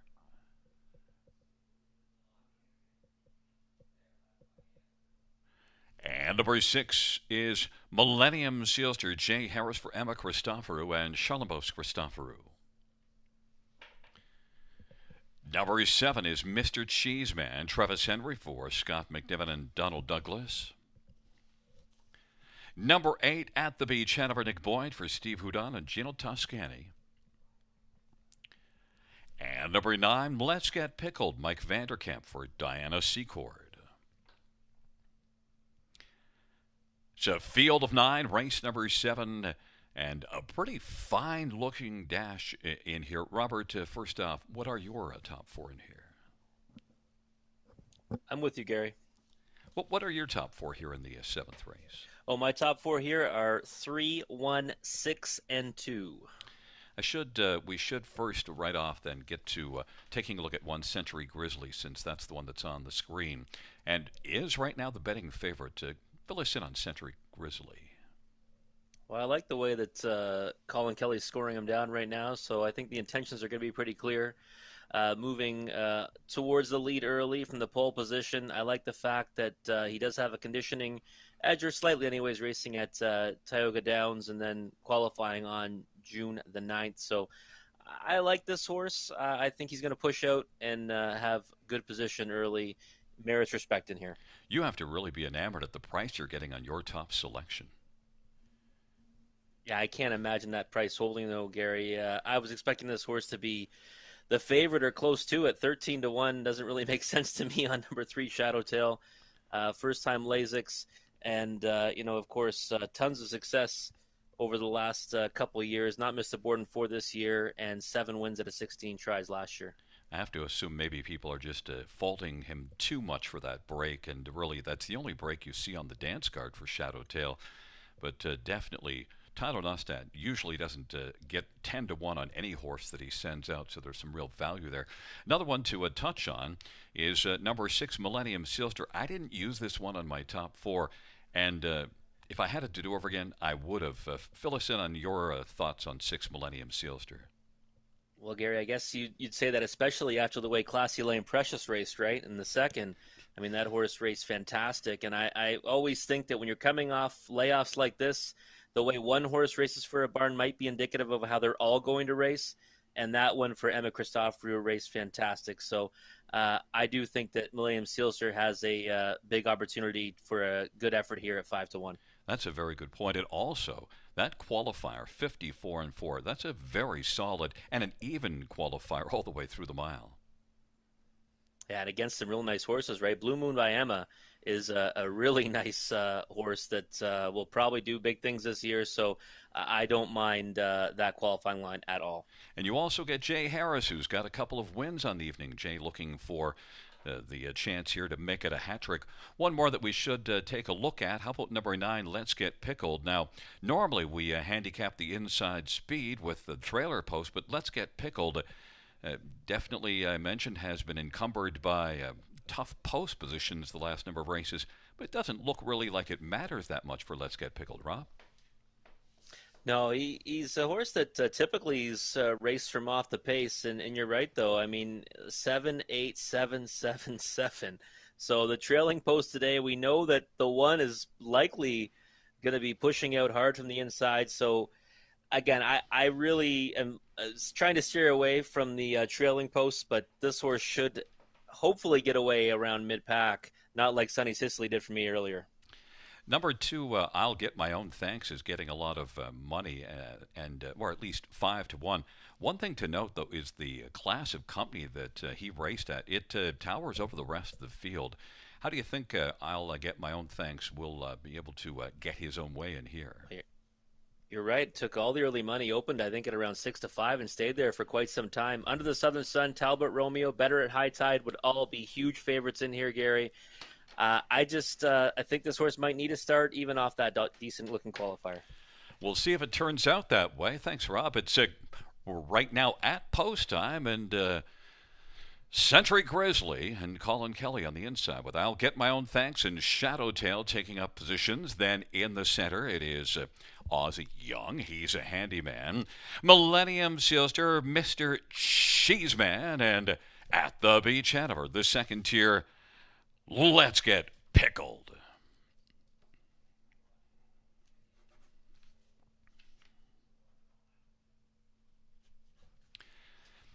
It is a field of 9 for race number 7. Top of the stretch. Here they come.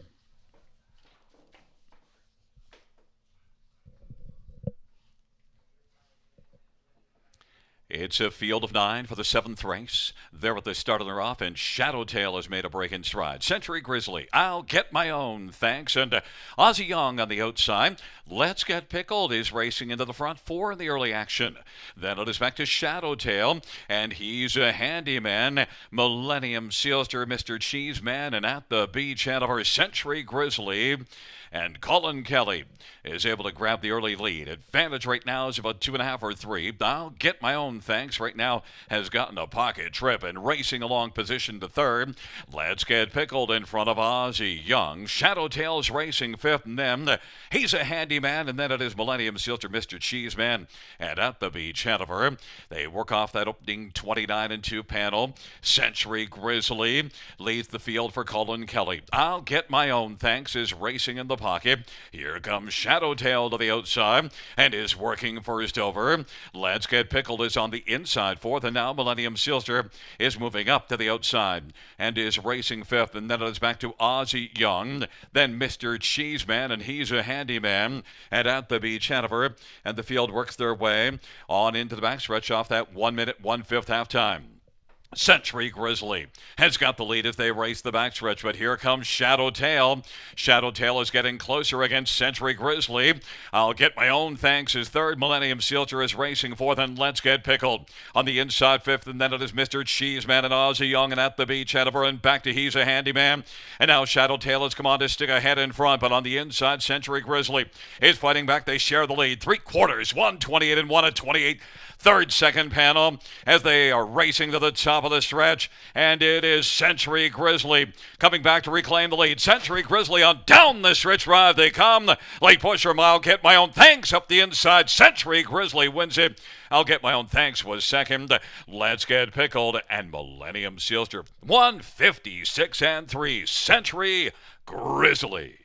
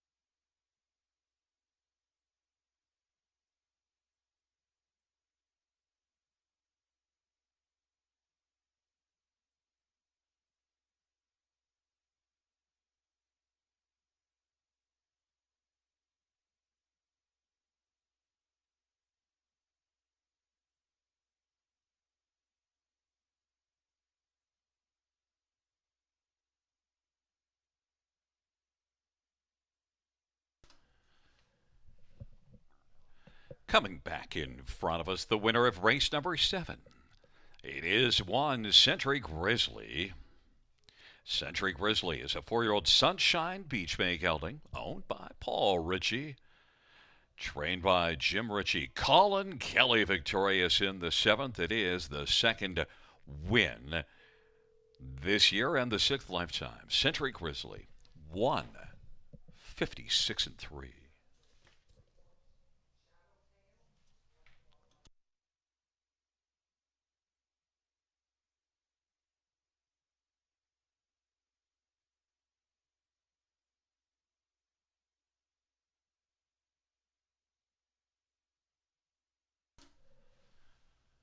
The 7th race payouts: 1 Century Grizzly, 430, 310, 250.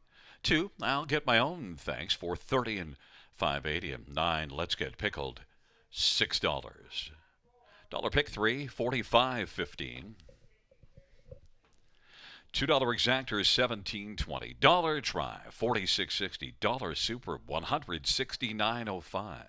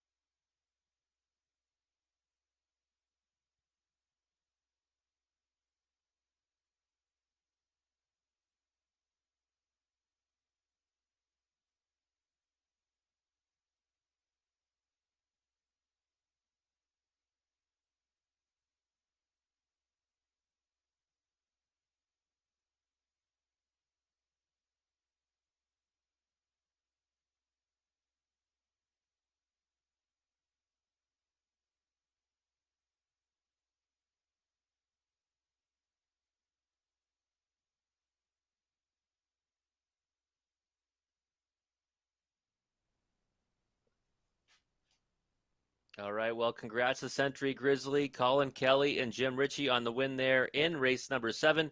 We're going to move on to race number 8, and it is Horse and Geldings, the preferred 2 and 3 handicap. And it is one race where I don't mind going towards the outside because the better horses, that's what they have to race from. And we're going with number 7, Sportsline. This is a classy individual who had 4 wins in 20 last year, and he has a mark of 149 and change.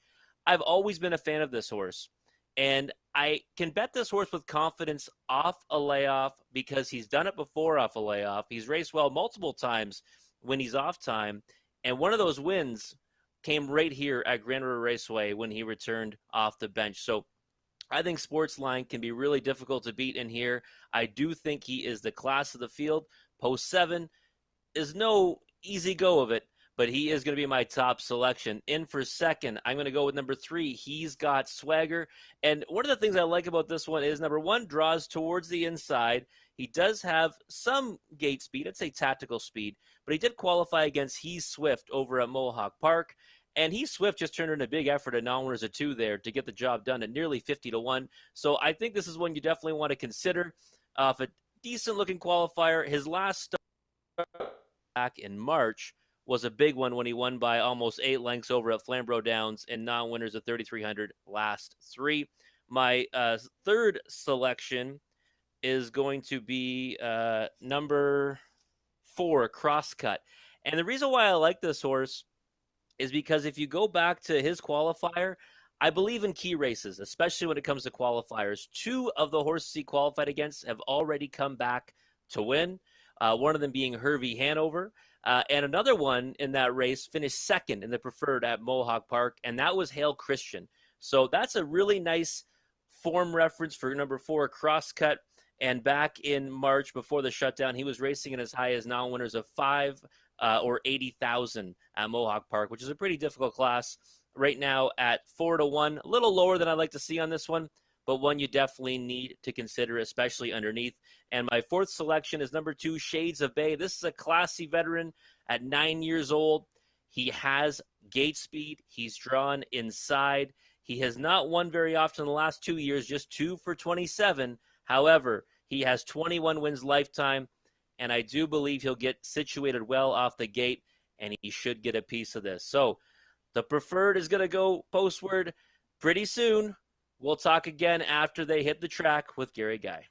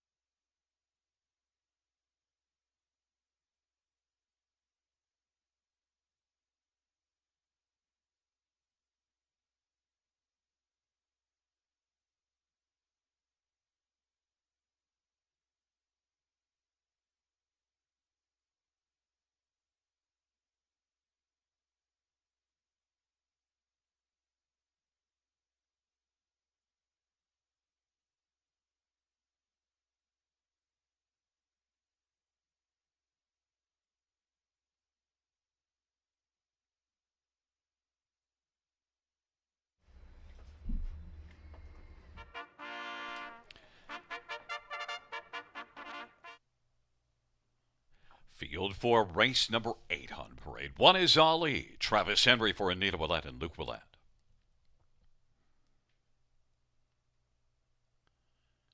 Number 2, Shades of Bay, Austin Surrey for Joe Pereira and Maple Leaf Racing. Number 3, He's Got Swagger, Travis Cullen for Rachel Andrew. And number 4, Crosscut, JR Plot for Anthony Beaton and SSG Stables. Number 5, Freddie Bear, Jason Ryan for An Hubbard Company. Number 6, Easton Beach, George Ketros for Mary Ketros. And number 7 is Sportsline, Bruce Richardson for Bud Sinclair and Lisa DeRoche and Craig Parrott. Number 8, Outlaw Grabbing Gears, Paul Davies for Nicole Davies and Deborah Pinnell. And number 9, Capitano Italiano, Colin Kelly for Nikki Comegna and Bruno Comegna. Field of 9, preferred 2 and 3 horses and geldings. Our featured dash on the evening.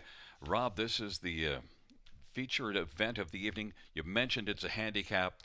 So you got to take a look at those outside horses, and we are getting some lower prices towards the inside. You took 7 Sportsline as your top horse, and I did as well, and Kenny had 7 as his second choice. A horse that I want to ask you about, because it's the worst post position, number 8, Outlaw Grabbing Gears. When I look at the program, I'm afraid to leave him off the top 4, even from post 8. What do you think? I definitely agree with you, Gary. You know, when they get the outside posts in these handicap races, the race office decided that he's the best horse in the race. And, you know, I myself left him out tonight just because I think, you know, 8-hole, and he's probably going to need a start. I am a fan of the horse, but I don't think tonight's going to be his night. Yeah, we do note that last start was March the 29th. So if you're going to make an excuse, because you often want to excuse why you could leave the 8-horse out, because that makes it easier, you could see that. But definitely, you know, I've seen this horse race so well at times, and I'm afraid to leave him out. One that I did throw in that you did not include, number 6, Easton Beach, has raced in this class in each of the last 5 starts and has proven to be very competitive at this level. And also, you see a line in London racing was 6th at the quarter and 6th at the half and came on to win. Easton Beach, Rob. Yeah, I'm a big fan of this horse, actually. And tonight when I tried to visualize this race, I just don't know if the trip's going to work out. I think the front end or close to the front end is going to be where you want to be. And I know this horse has tactical speed and has won from off the pace, so he can kind of do it all. But I think he's going to have a tough trip scenario tonight, Easton Beach. The tote board is really interesting right now, where the favorites a bit on the lukewarm side, both now at 5-2. So there's value across the board. We both agree that number 3, He's Got Swagger, is very much worthy. Now, also, I'm very familiar with the horses that race at Flamber Downs and Rachel Andrews' barn there. This horse, if you go back before that December 20th line, you would see this horse racing in the preferred 2 class often very competitively, and you see a mark of 51-4 at Flamborough. You also took number 4, Crosscut, and now is the favorite. That was one of your top 3. Again, why Crosscut? The key qualifier for me, you know, 2 horses have already come out and won out of that qualifier, one being Hervey Hanover, the other being Under the Southern Sun. And then Hale Christian finished second in that qualifier and finished second in the preferred at Mohawk Park. I know this horse's effort looks a little bit underwhelming, but I do believe in key races, especially when it comes to qualifiers. And I think that this one cannot be ignored, but I'll be honest. I know the 2-1 morning line, 5-2 seems like value. I thought he'd be a bigger price on this. Yeah, he is right now the 5-2 betting favorite. The money is pretty balanced right now, and we both have number 7 Sportsline. At now, 7 Sportsline is the 2-1 betting favorite. It should be an interesting dash. Any last-second thoughts you have about this very fine field? You know, for myself, Gary, Sportsline to me is a horse I've always liked, and he performs well off a layoff. 2-1 now. I was getting a little bit excited at 3-1, 4-1, 2-1 now. You know, from the 7-hole might not be too much value from out there, but I do believe he's the best horse in the race. I wouldn't be shocked at all if He's Got Swagger post 3 at 7-2 is the right value play in here. But we're going to stay with our 7 and see if we can get the job done from the post position sports line. A very fine field of 9 as we are down to post time here for race number 8 on this Monday evening at the river.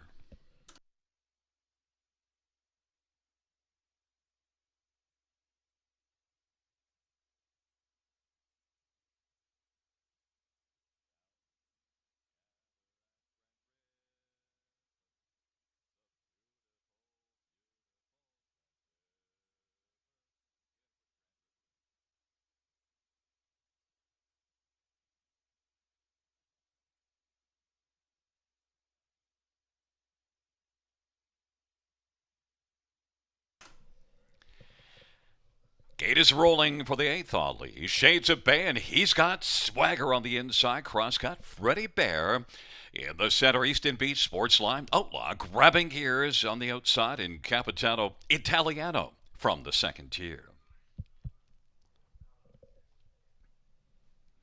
It is a field of 9, race number 8. Preferred 2 and 3 horses and geldings on the pace.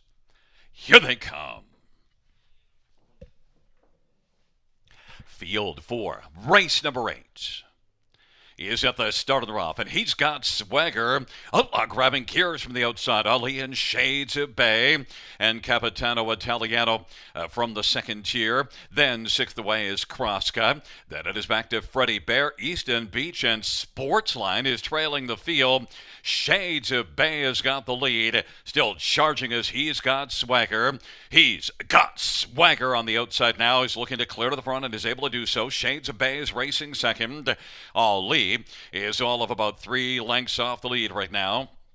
Then it is Capitano Italiano. Outlaw grabbing gears is in mid-pack 5th. Now to the outside goes Crosscut.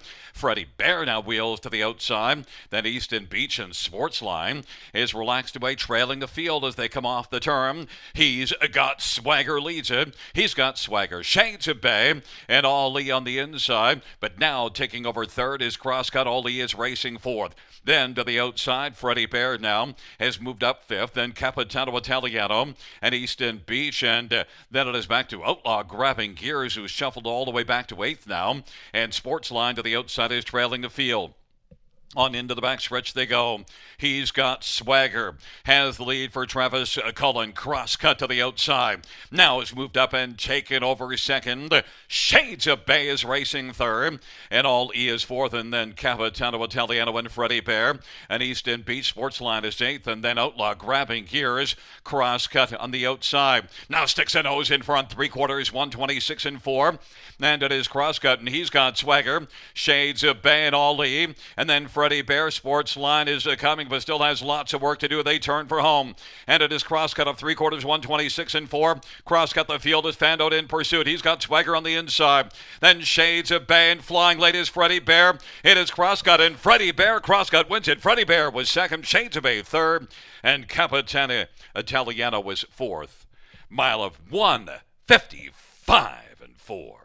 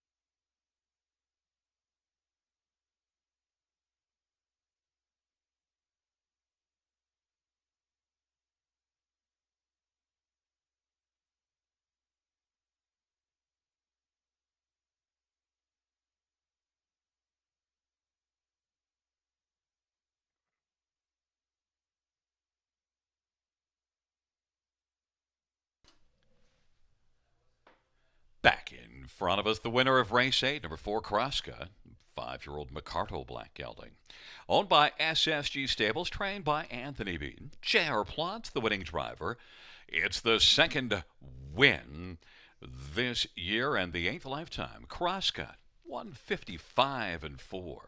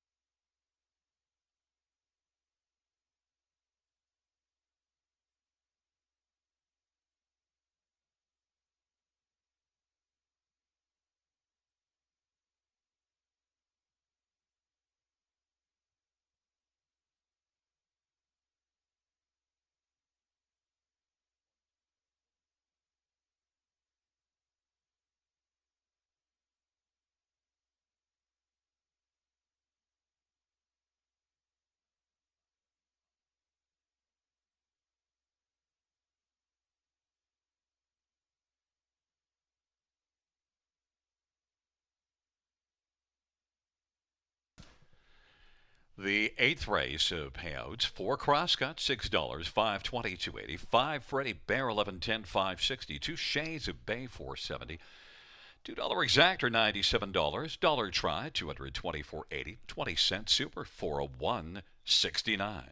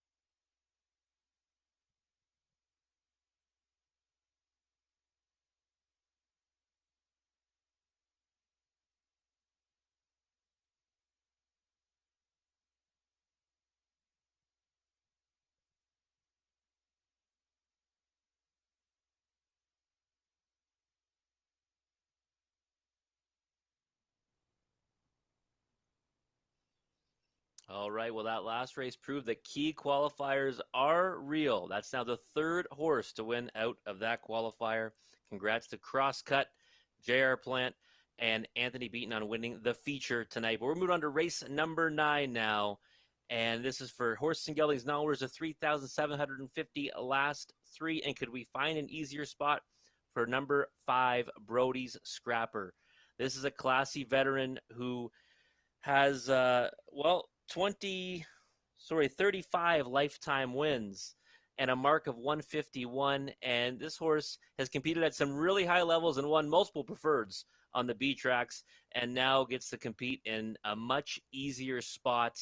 He should be very difficult to beat. Comes into this off a decent qualifying effort on June the 7th, and 3 to 5 on the board right now. Not much value, and probably will not provide much value, but I think he's going to be really difficult to beat for Rachel Andrew and Travis Cullen. My second selection is number 3, About a Boy, and the name of the game with this one is leave out, sit, get a good trip, and try to land underneath Brody's Scrapper. 15 to 1 on the board on this one right now. I've always been a fan of this horse. He certainly merits respect at this level, especially from an inside post. He's more than capable of landing in the second or third spot in here. My third selection, number 9, Art of Fire. This one was claimed back by Terry Gallant in his last race before the shutdown. And that conditioner had success with this one in the past. And this horse can race from anywhere, so I'm not too concerned with the second tier in post 9. 17 to 1 right now looks like a pretty nice price to use this one in the bottom end of trifectas or supers. Again, this horse can race from anywhere. Hopefully he doesn't get spun too far out of it, but I wouldn't be surprised if he does get a piece of it. And the fourth selection for myself is number 6, Weatherly, who now picks up Anthony Hahn in the bike. This horse has been a piece horse in this class many times over, and I think he'll get another share tonight. Currently 21 to 1 on the board. Definitely worth a look. Again, underneath somewhere though, because I don't think they have much of a chance here against number 5, Brody Scrapper. This looks like a perfect spot for him to get his confidence back and start off his return to the races on the winning note after the layoff. The horses for the 9th race will be going to post parade very shortly. I'll be back with Gary Guy to discuss this race a little bit further.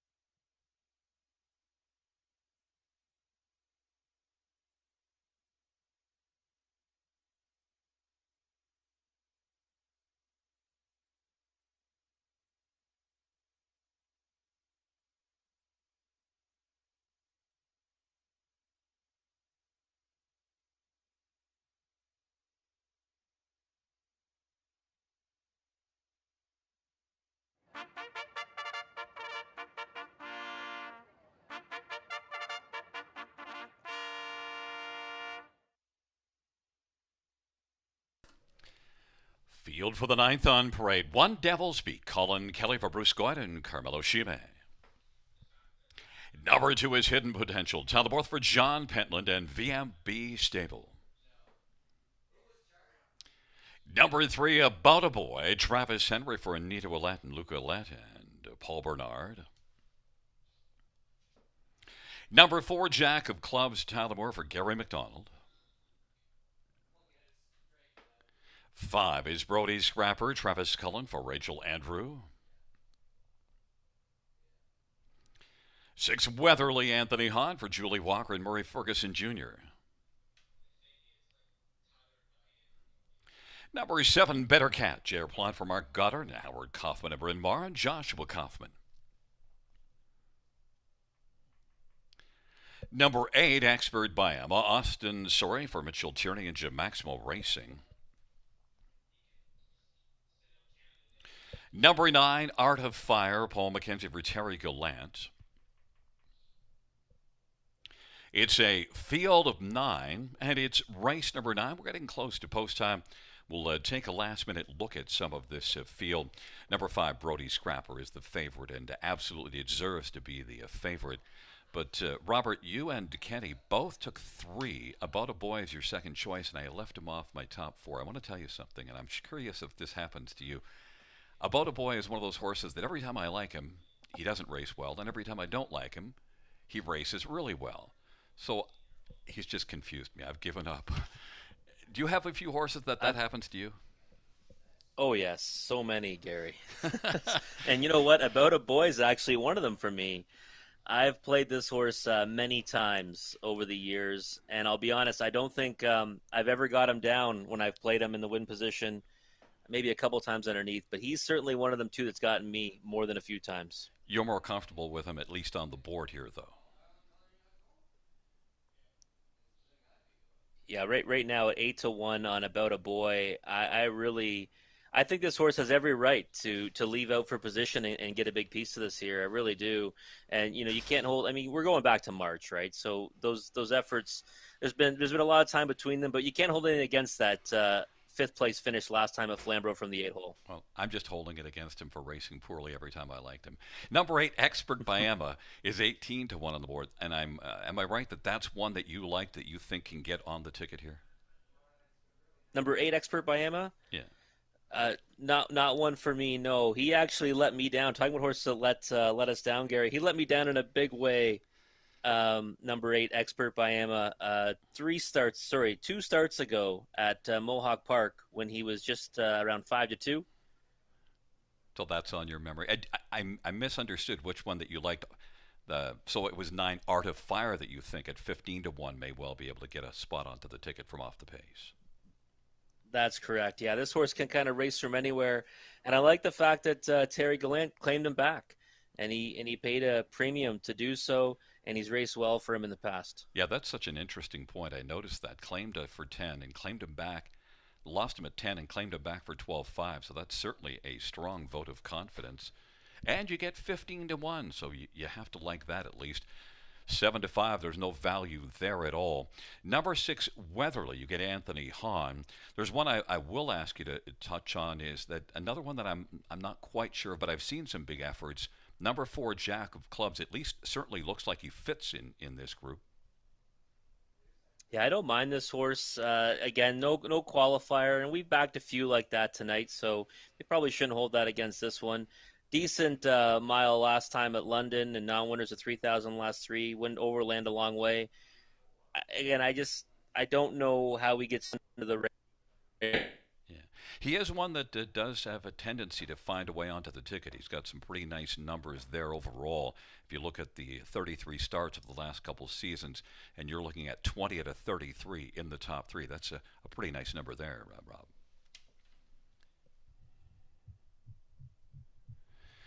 We're a field of 9 going to post for race number 9, and all the money is on number 5, Brody's Scrapper. 4-5 on the board. We'll find out if Brody Scrapper can live up to the heavy billing, or if we're going to get an upset here in race number 9 as the field is moving in and taking up positions.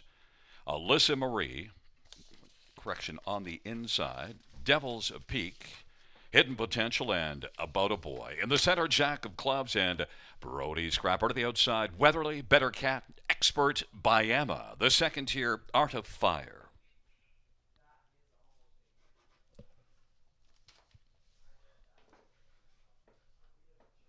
It is a field of 9, and it's race number 9. They're in the stretch, gathering speed. And they're at the start and they're off. Devil's Peak and About a Boy. Hidden Potential, Expert by Emma from the outside. Driving hard, Expert by Emma is going to come on and clear the lead from post 8. Devil's Peak is racing second. Hidden Potential third. About a Boy is fourth and is about 6 lengths off the lead. And then it is Brody Scrapper and back to Art of Fire. Jack of Clubs, and then as they race on to the opening quarter, it is back to the trailing pair of Weatherly and Better Cat. Expert by Emma at 30-1 has a lead of about 2.25. Devil's Peak is racing second, and then third is Hidden Potential. About a Boy is racing position fourth in front of Brody Scrapper, who is currently content to race mid-pack fifth as the field is about to come off the turn. Then it is back further to Art of Fire. Then we have Jack of Clubs and Weatherly and Better Cat, but it's still Expert by Emma. Long shot at 30-1 with the lead at the half in front by 2 over Devil's Peak. And on the outside now, getting up a little bit closer is About a Boy. That Hidden Potential is on the inside, and Brody Scrapper is moving up now into contention. Second over fourth, and is right there in the back of About a Boy. About a Boy has come on now and is alongside Expert by Emma. Now is taken over the lead. It is About a Boy. Expert by Emma weakens along to the inside, and Brody Scrapper now has grabbed second. Expert by Emma on the inside is now dropping out of it as Jack of Clubs has taken over third, and Weatherly now has grabbed fourth, and Devil's Peak is racing fifth, and then it is Art of Fire sixth and seventh, Hidden Potential. Then Better Cat and Expert by Emma's all the way back to trailing after leading at the half. They're about to turn for home. Brody Scrapper now has taken a slim lead over About a Boy. 3/4, 126-1. Brody Scrapper, and on the inside, About a Boy. Brody Scrapper wins this scrap, and About a Boy was second. Then Weatherly to the outside, and Jack of Clubs on the inside. 155 flats.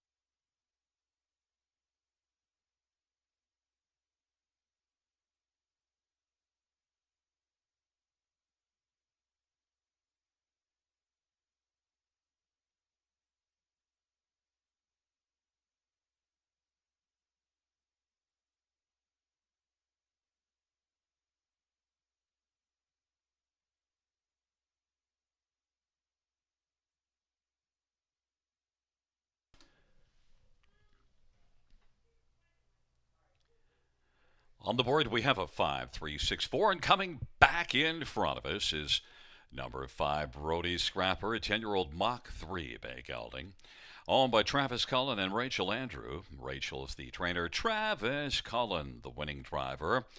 First win this year, 36th win lifetime for Brody Scrapper, 155 flat.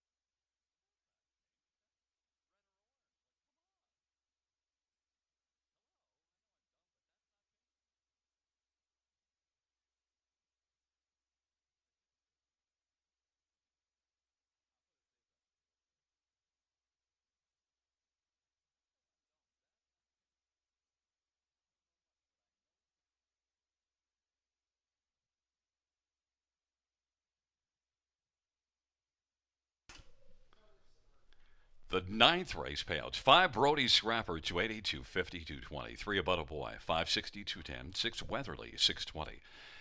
$2 Exactor, 1330. Dollar Try, 58.80. Dollar Superfecta, 200, 56.55.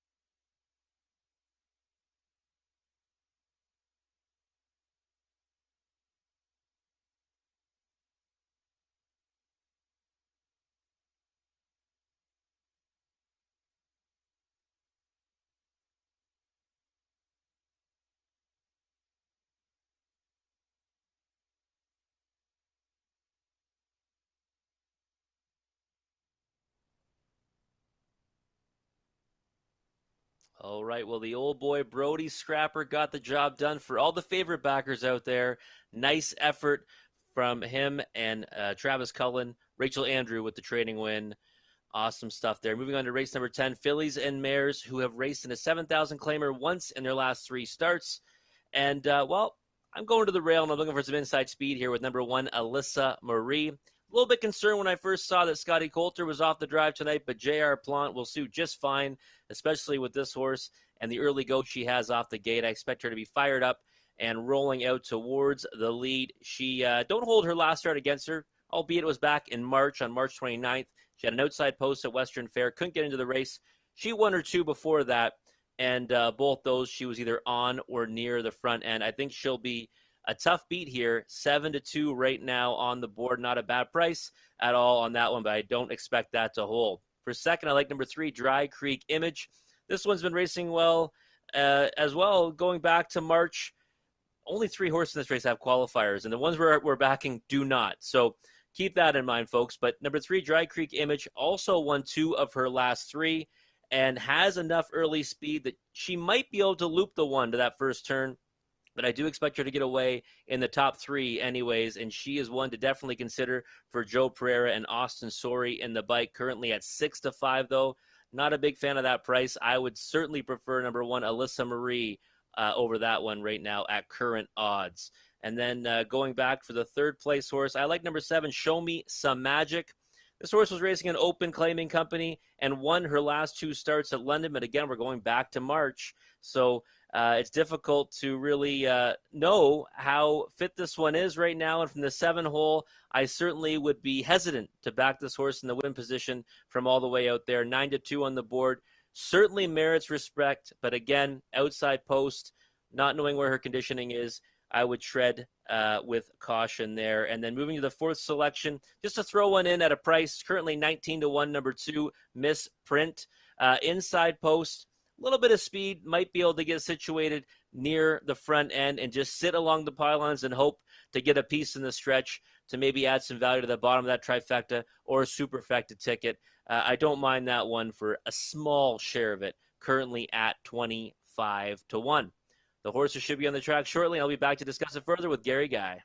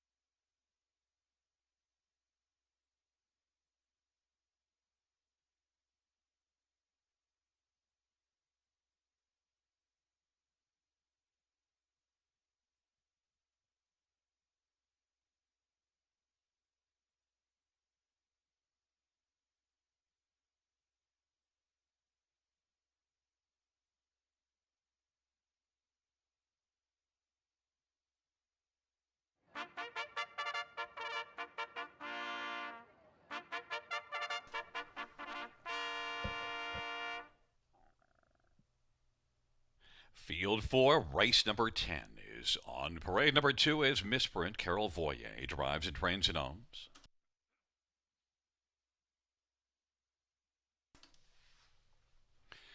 Number 3 is Dry Creek Image. Justin Story for Joe Pereira. And number 4, If You Knew Susie. Cullen Kelly for Kyle Bossens and Daryl Newbigging.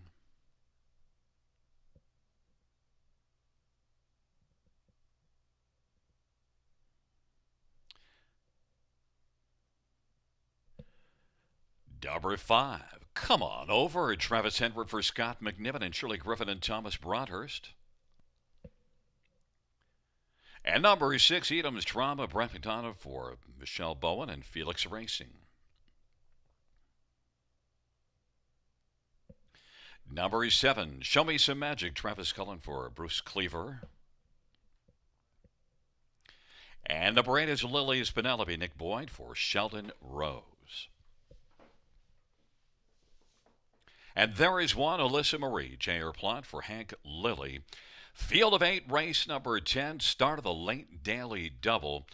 We'll take a last-minute look at this race, and should mention that all 3 of your handicappers have the top 3 as 1-3-7. In fact, we're almost unanimous in the 4th. The only difference is that, Rob's gone to the 2 misprints for a 4th, and Kenny and I have the 4, If You Knew Susie. Rob, when you're playing a race like this with the 1 and 3, the top 2 horses being so close in the tote board, am I right that usually the top 2 horses, somebody splits them and it's not always the best way to play just a straight-up exacta with those 2? How would you approach a race like this? Well, I mean, if you really like those 2, and I mean, in this case, if you think they're going to line up 1-2, it might be difficult to split them. But you're exactly right, Gary. If you're looking for value, you're going to have to try to get a price on the ticket, and the only way it's going to pay anything is if you do split them. So the 7, I think, is probably the most logical one to do that, but it's pretty scary when we all pick the same horses, isn't it? Yeah, it's really going to be a question of great minds think alike or fools seldom differ. We're going to find out which way it goes, but it's just hard to see it any other way. And you mentioned 2 misprint. The one horse that I would think maybe could find a way to sneak in at a better price, if somebody's going to help out a pay, maybe 6 Edom's Trauma. Just because if you look at that last race at London, now it is March 30th, and that's one of the problems, but came first up and still managed to finish 3rd. And you do see 3 top 3 finishes in 6 starts. Am I just whistling Dixie here, or is there a shot maybe we could squeeze Edom's Trauma onto the ticket and find a way to get it to pay there? No, I could certainly see it, Gary. I mean, what makes this race so difficult is only 3 horses are coming in off qualifiers, right? So it's a real guessing game. So I certainly wouldn't hold it against anyone for trying to find a horse at a price that can make their way onto the ticket. Well, the only price is you have to move away from the 1, 3, and 7 as the top 3, and I just tried to find 1. Tell me again, number 1, Alyssa Marie. Why you have 1 Alyssa Marie ahead of the 3? Why all 3 of us have 1 Alyssa Marie as the top 1? 8-5, the favorite. Well, I just like the fact that I think this horse should have the advantage into the first turn. And at first, like I said earlier, I was worried when I saw Scott Coulter was off the drive, but J.R. Plon suits the horse just fine. So I really think that this one will have a tactical edge from the pole position. 8-5 versus 3-1 right now, though. You want to see what that the variance between the 2 is going to be, because if it's a wide margin, you might want to go the other way. But right now, they just equaled out at 9-5. Now, one of the things I should mention, one of the reasons why I'm mentioning splitting the top 2, oftentimes when you have 2 horses that are very similar in ability, one will challenge the other, and one will eventually get the better of the other and knock the other one out of the top 2. That's oftentimes why you don't get the top 2 horses finishing in the top 2 positions. And that could definitely happen with these 2 because they both sport early foot, and we could see a bit of a battle. There's no question about that. Well, we're going to see how it plays out. It's an interesting dash in terms of can we get a price going, or will it play out just as the tote board suggests? We have a field of 8 taking up positions Alyssa Marie, Misprint, and Dry Creek Image on the inside. In the center, If You Knew Susie, and Come On Over. On the outside, Edam's Trauma, Show Me Some Magic, and Lily's Penelope. It is a field of 8, race number 10, start of the Lake Daily Double.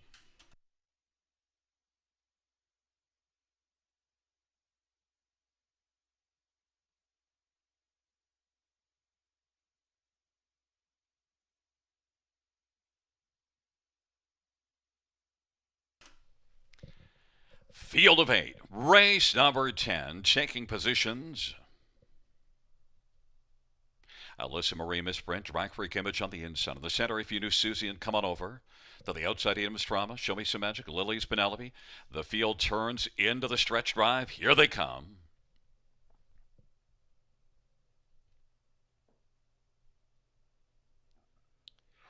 They're at the start of the raft. Dry Creek Image, If You Knew Susie, Alyssa Marie down to the inside, and then racing forth is Misprint as they work on around the turn. Then it's Come On Over and Edam's Trauma. Then it is Show Me Some Magic and Lily's Penelope. On down the backstretch they go, and it is Dry Creek Image who's got the early lead. Alyssa Marie has come away second. Misprint is third, and then it is If You Knew Susie who's rolling fourth in front of a Come On Over. Then Edam's Drama, Show Me Some Magic, and Lily's Penelope trails the field. Dry Creek Image has got the front for Austin Surrey. The advantage right now is 2 1/4. Alyssa Marie and GRR Plot is racing second. Misprint is third, and then it is If You Knew Susie to the inside. Here comes Show Me Some Magic now, is moving and gaining some ground. Then it is back to Edam's Trauma, Lily's Penelope, as the field comes off the turn and works on towards us. And now Lily's Penelope is come on to take over second last as Edam's Trauma is trailing the field. Halftime was recorded 58-3. Dry Creek Image and Austin Surrey has got the lead as they march on down the backstretch now. And Alyssa Marie in the pocket. Show Me Some Magic is racing third. And then it's If You Knew Susie. Misprint is fifth down to the inside. And then it is Come On Over. Lily's Penelope. And Edam's Trauma is trailing the field. Dry Creek Image leads it. Dry Creek Image, Alyssa Marie. And now If You Knew Susie is coming on a little bit on the outside. It has moved up and is taken over third. They get to 3/4, 1:28-3. Come On Over now has come on and taken over fourth, and then Show Me Some Magic, Edam's Drama, and then it is back to Misprint and Lily's Penelope off that 3/4, 1:28-3. They turn for home, and it is still Dry Creek Image as they come on down the stretch drive. Dry Creek Image and Alyssa Marie, and then If You Knew Susie. Dry Creek Image is your winner. Second is between If You Knew Susie and Alyssa Marie, and then it was Come On Over. 158-1, race number 10, Dry Creek Image.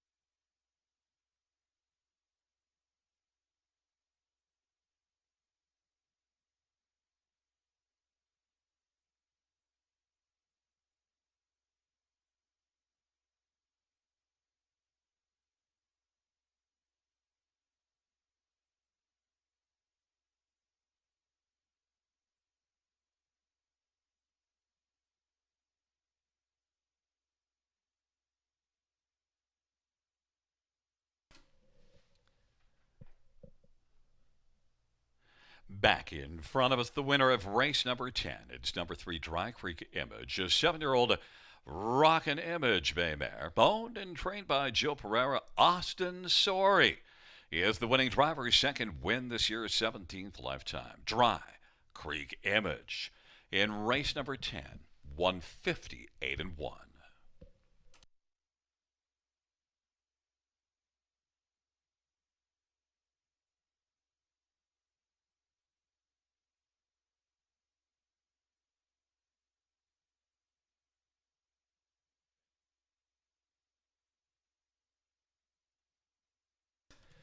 The 10th race payouts 3 Dry Creek Image, 673, 42, 44. If you knew Susie, 350, 331. Alyssa Marie, 240. $2 exactor, 24.40. Dollar try, 32.55. Dollar super, 139.45.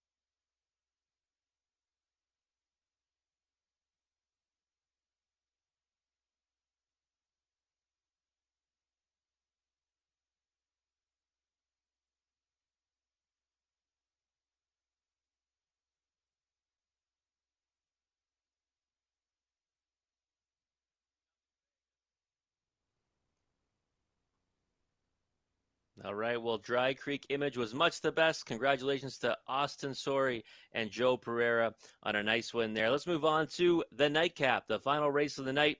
Horses and Geldings non-winners of 2000 last three.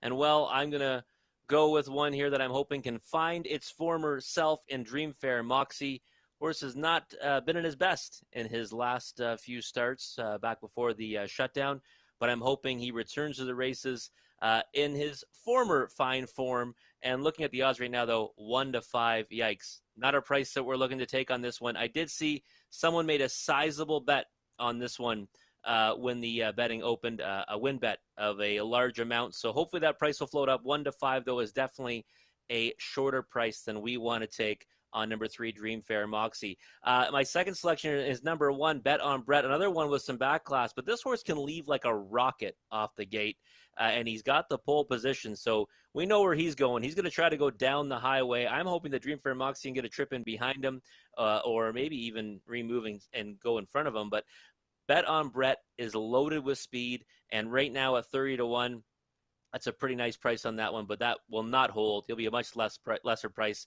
come post time. My third selection, number 9, Woodmere Rollin' Pop. When I like the rail horse, I'll try to do my best to like the trailing post as well. And that's why I'm going to the 9 here for a price play underneath. 24-1 on the board right now. He should follow Bet on Brett out. I really liked his qualifier on May 29th. Not so much on June 7th, but I think if he can come back to that effort, the previous one, he can certainly do some good things in here underneath at a big price. Fourth selection, number 2, Twilight Zone, inside posts, back class as well. Can certainly get off the gate, sit inside, and get a piece late. And for the bottom end of your super high fives, number 6, Exit Smiling. Another one that's got some back class. Currently 11-1 on the board. Don't expect that to hold either. That's the way I see it, folks. 3-1-9-2-6. But after the horses go on the track, we'll discuss it one more time with Gary Guy.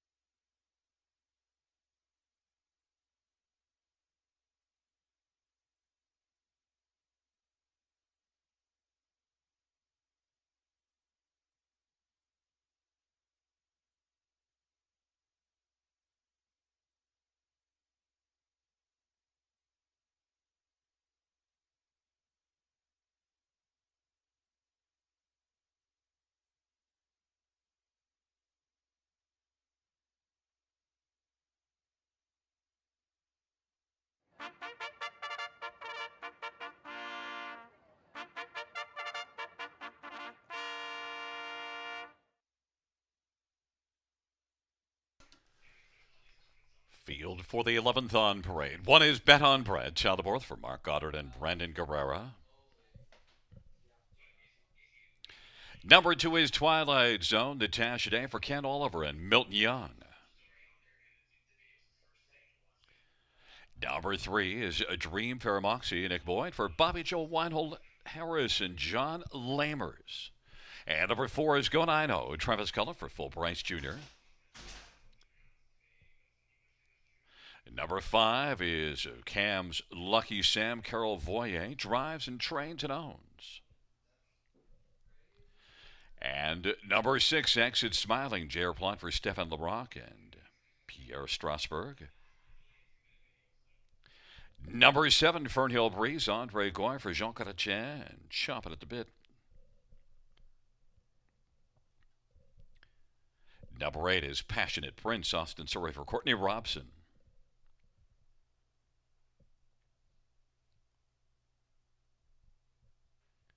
And number 9 is Widmer Rollin' Pop, Rumpy Donna for Robert Kyle Fellows and Robert Wilson and Armando Campus City and Mike Bartram and Robert shares in ownership. It's a field of 9. This dash features the Super High 5. We're getting close to post time. There is number 3, Dreamfair Moxie on the screen. My top choice as well as Robert's top choice. And getting a lot of love, but I'll tell you, that 3 to 5 price, that's a little disconcerting. You do see a mark last year, 49 and 3. So as Robert mentioned, you're banking on this one coming back to the level that he raced at last year. And also, you do see a nice qualifier, post position 7, and being able to win in 58. But Rob, there's one I want to touch on because you didn't mention him, and he's my second choice in here.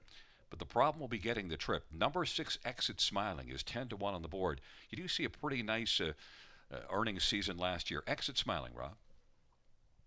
Yeah, I actually put him at the very bottom end of my high 5. I put him in for 5th, Gary. I'm a fan of this horse, but again, 6-hole tonight, first start since March. I don't know. I just think that maybe it's going to be a tough time for him getting into this race.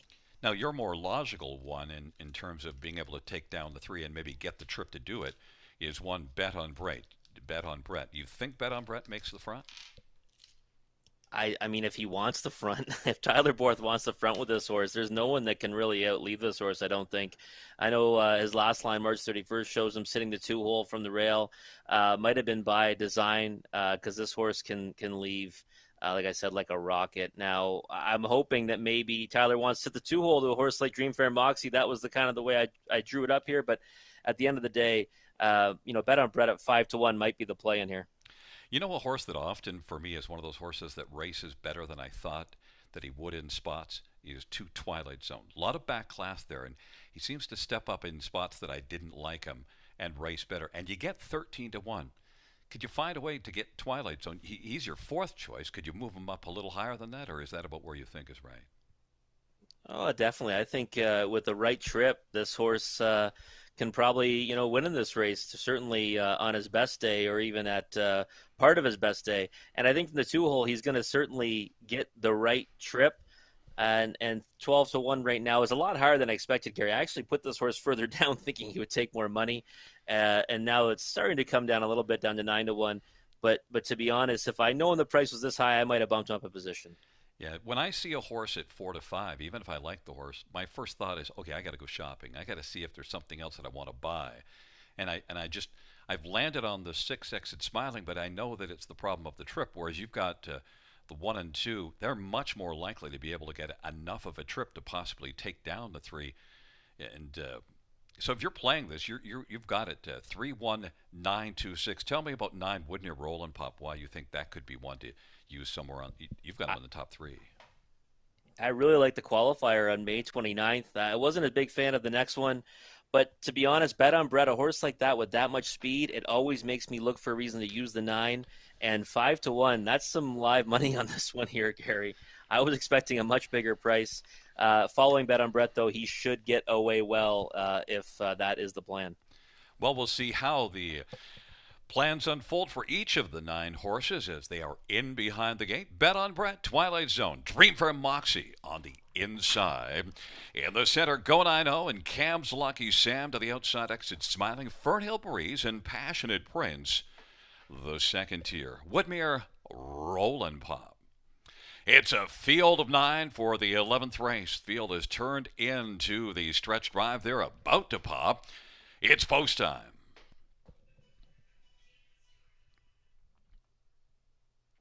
Field for the 11th race is at the Starting the off, Bet on Brett and Dreamfair Moxie. Then Twilight Zone and Go Dino. Woodmere Roll and Pop from the second tier as they work around the turn. And then it is back to Cam's Lucky Sam.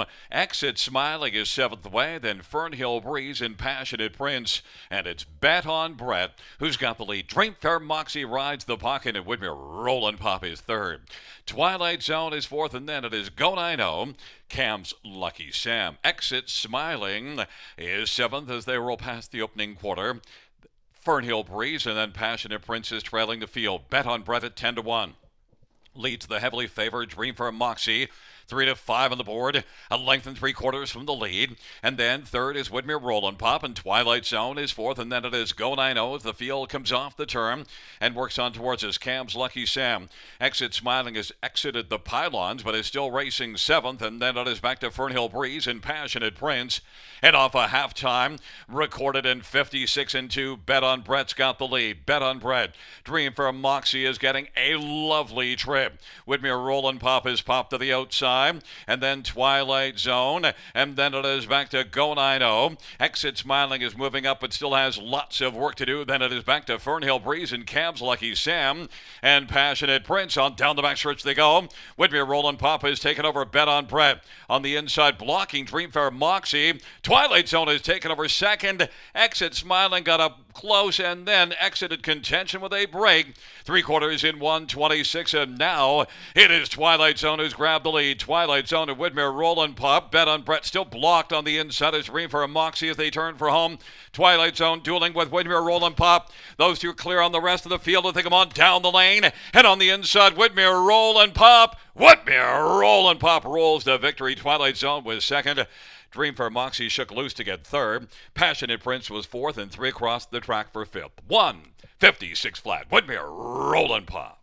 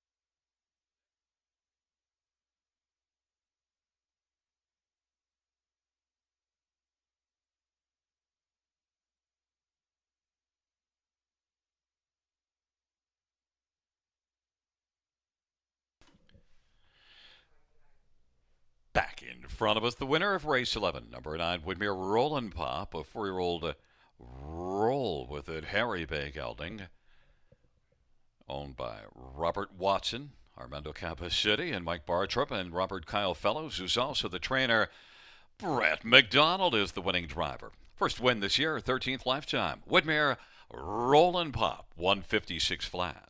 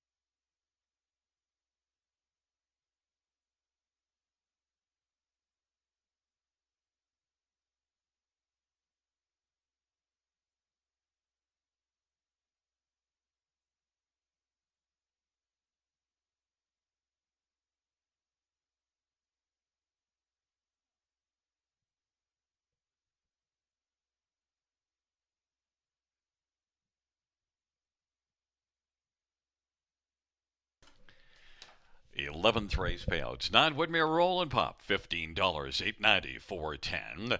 To Twilight Zone, $12.80, $3.90. 3 Dream for Moxie, $2.60. High five carryover into Wednesday of $4,046.31. $2 exactor, $235.10. Dollar try, $292.25. $2 double, $63.60.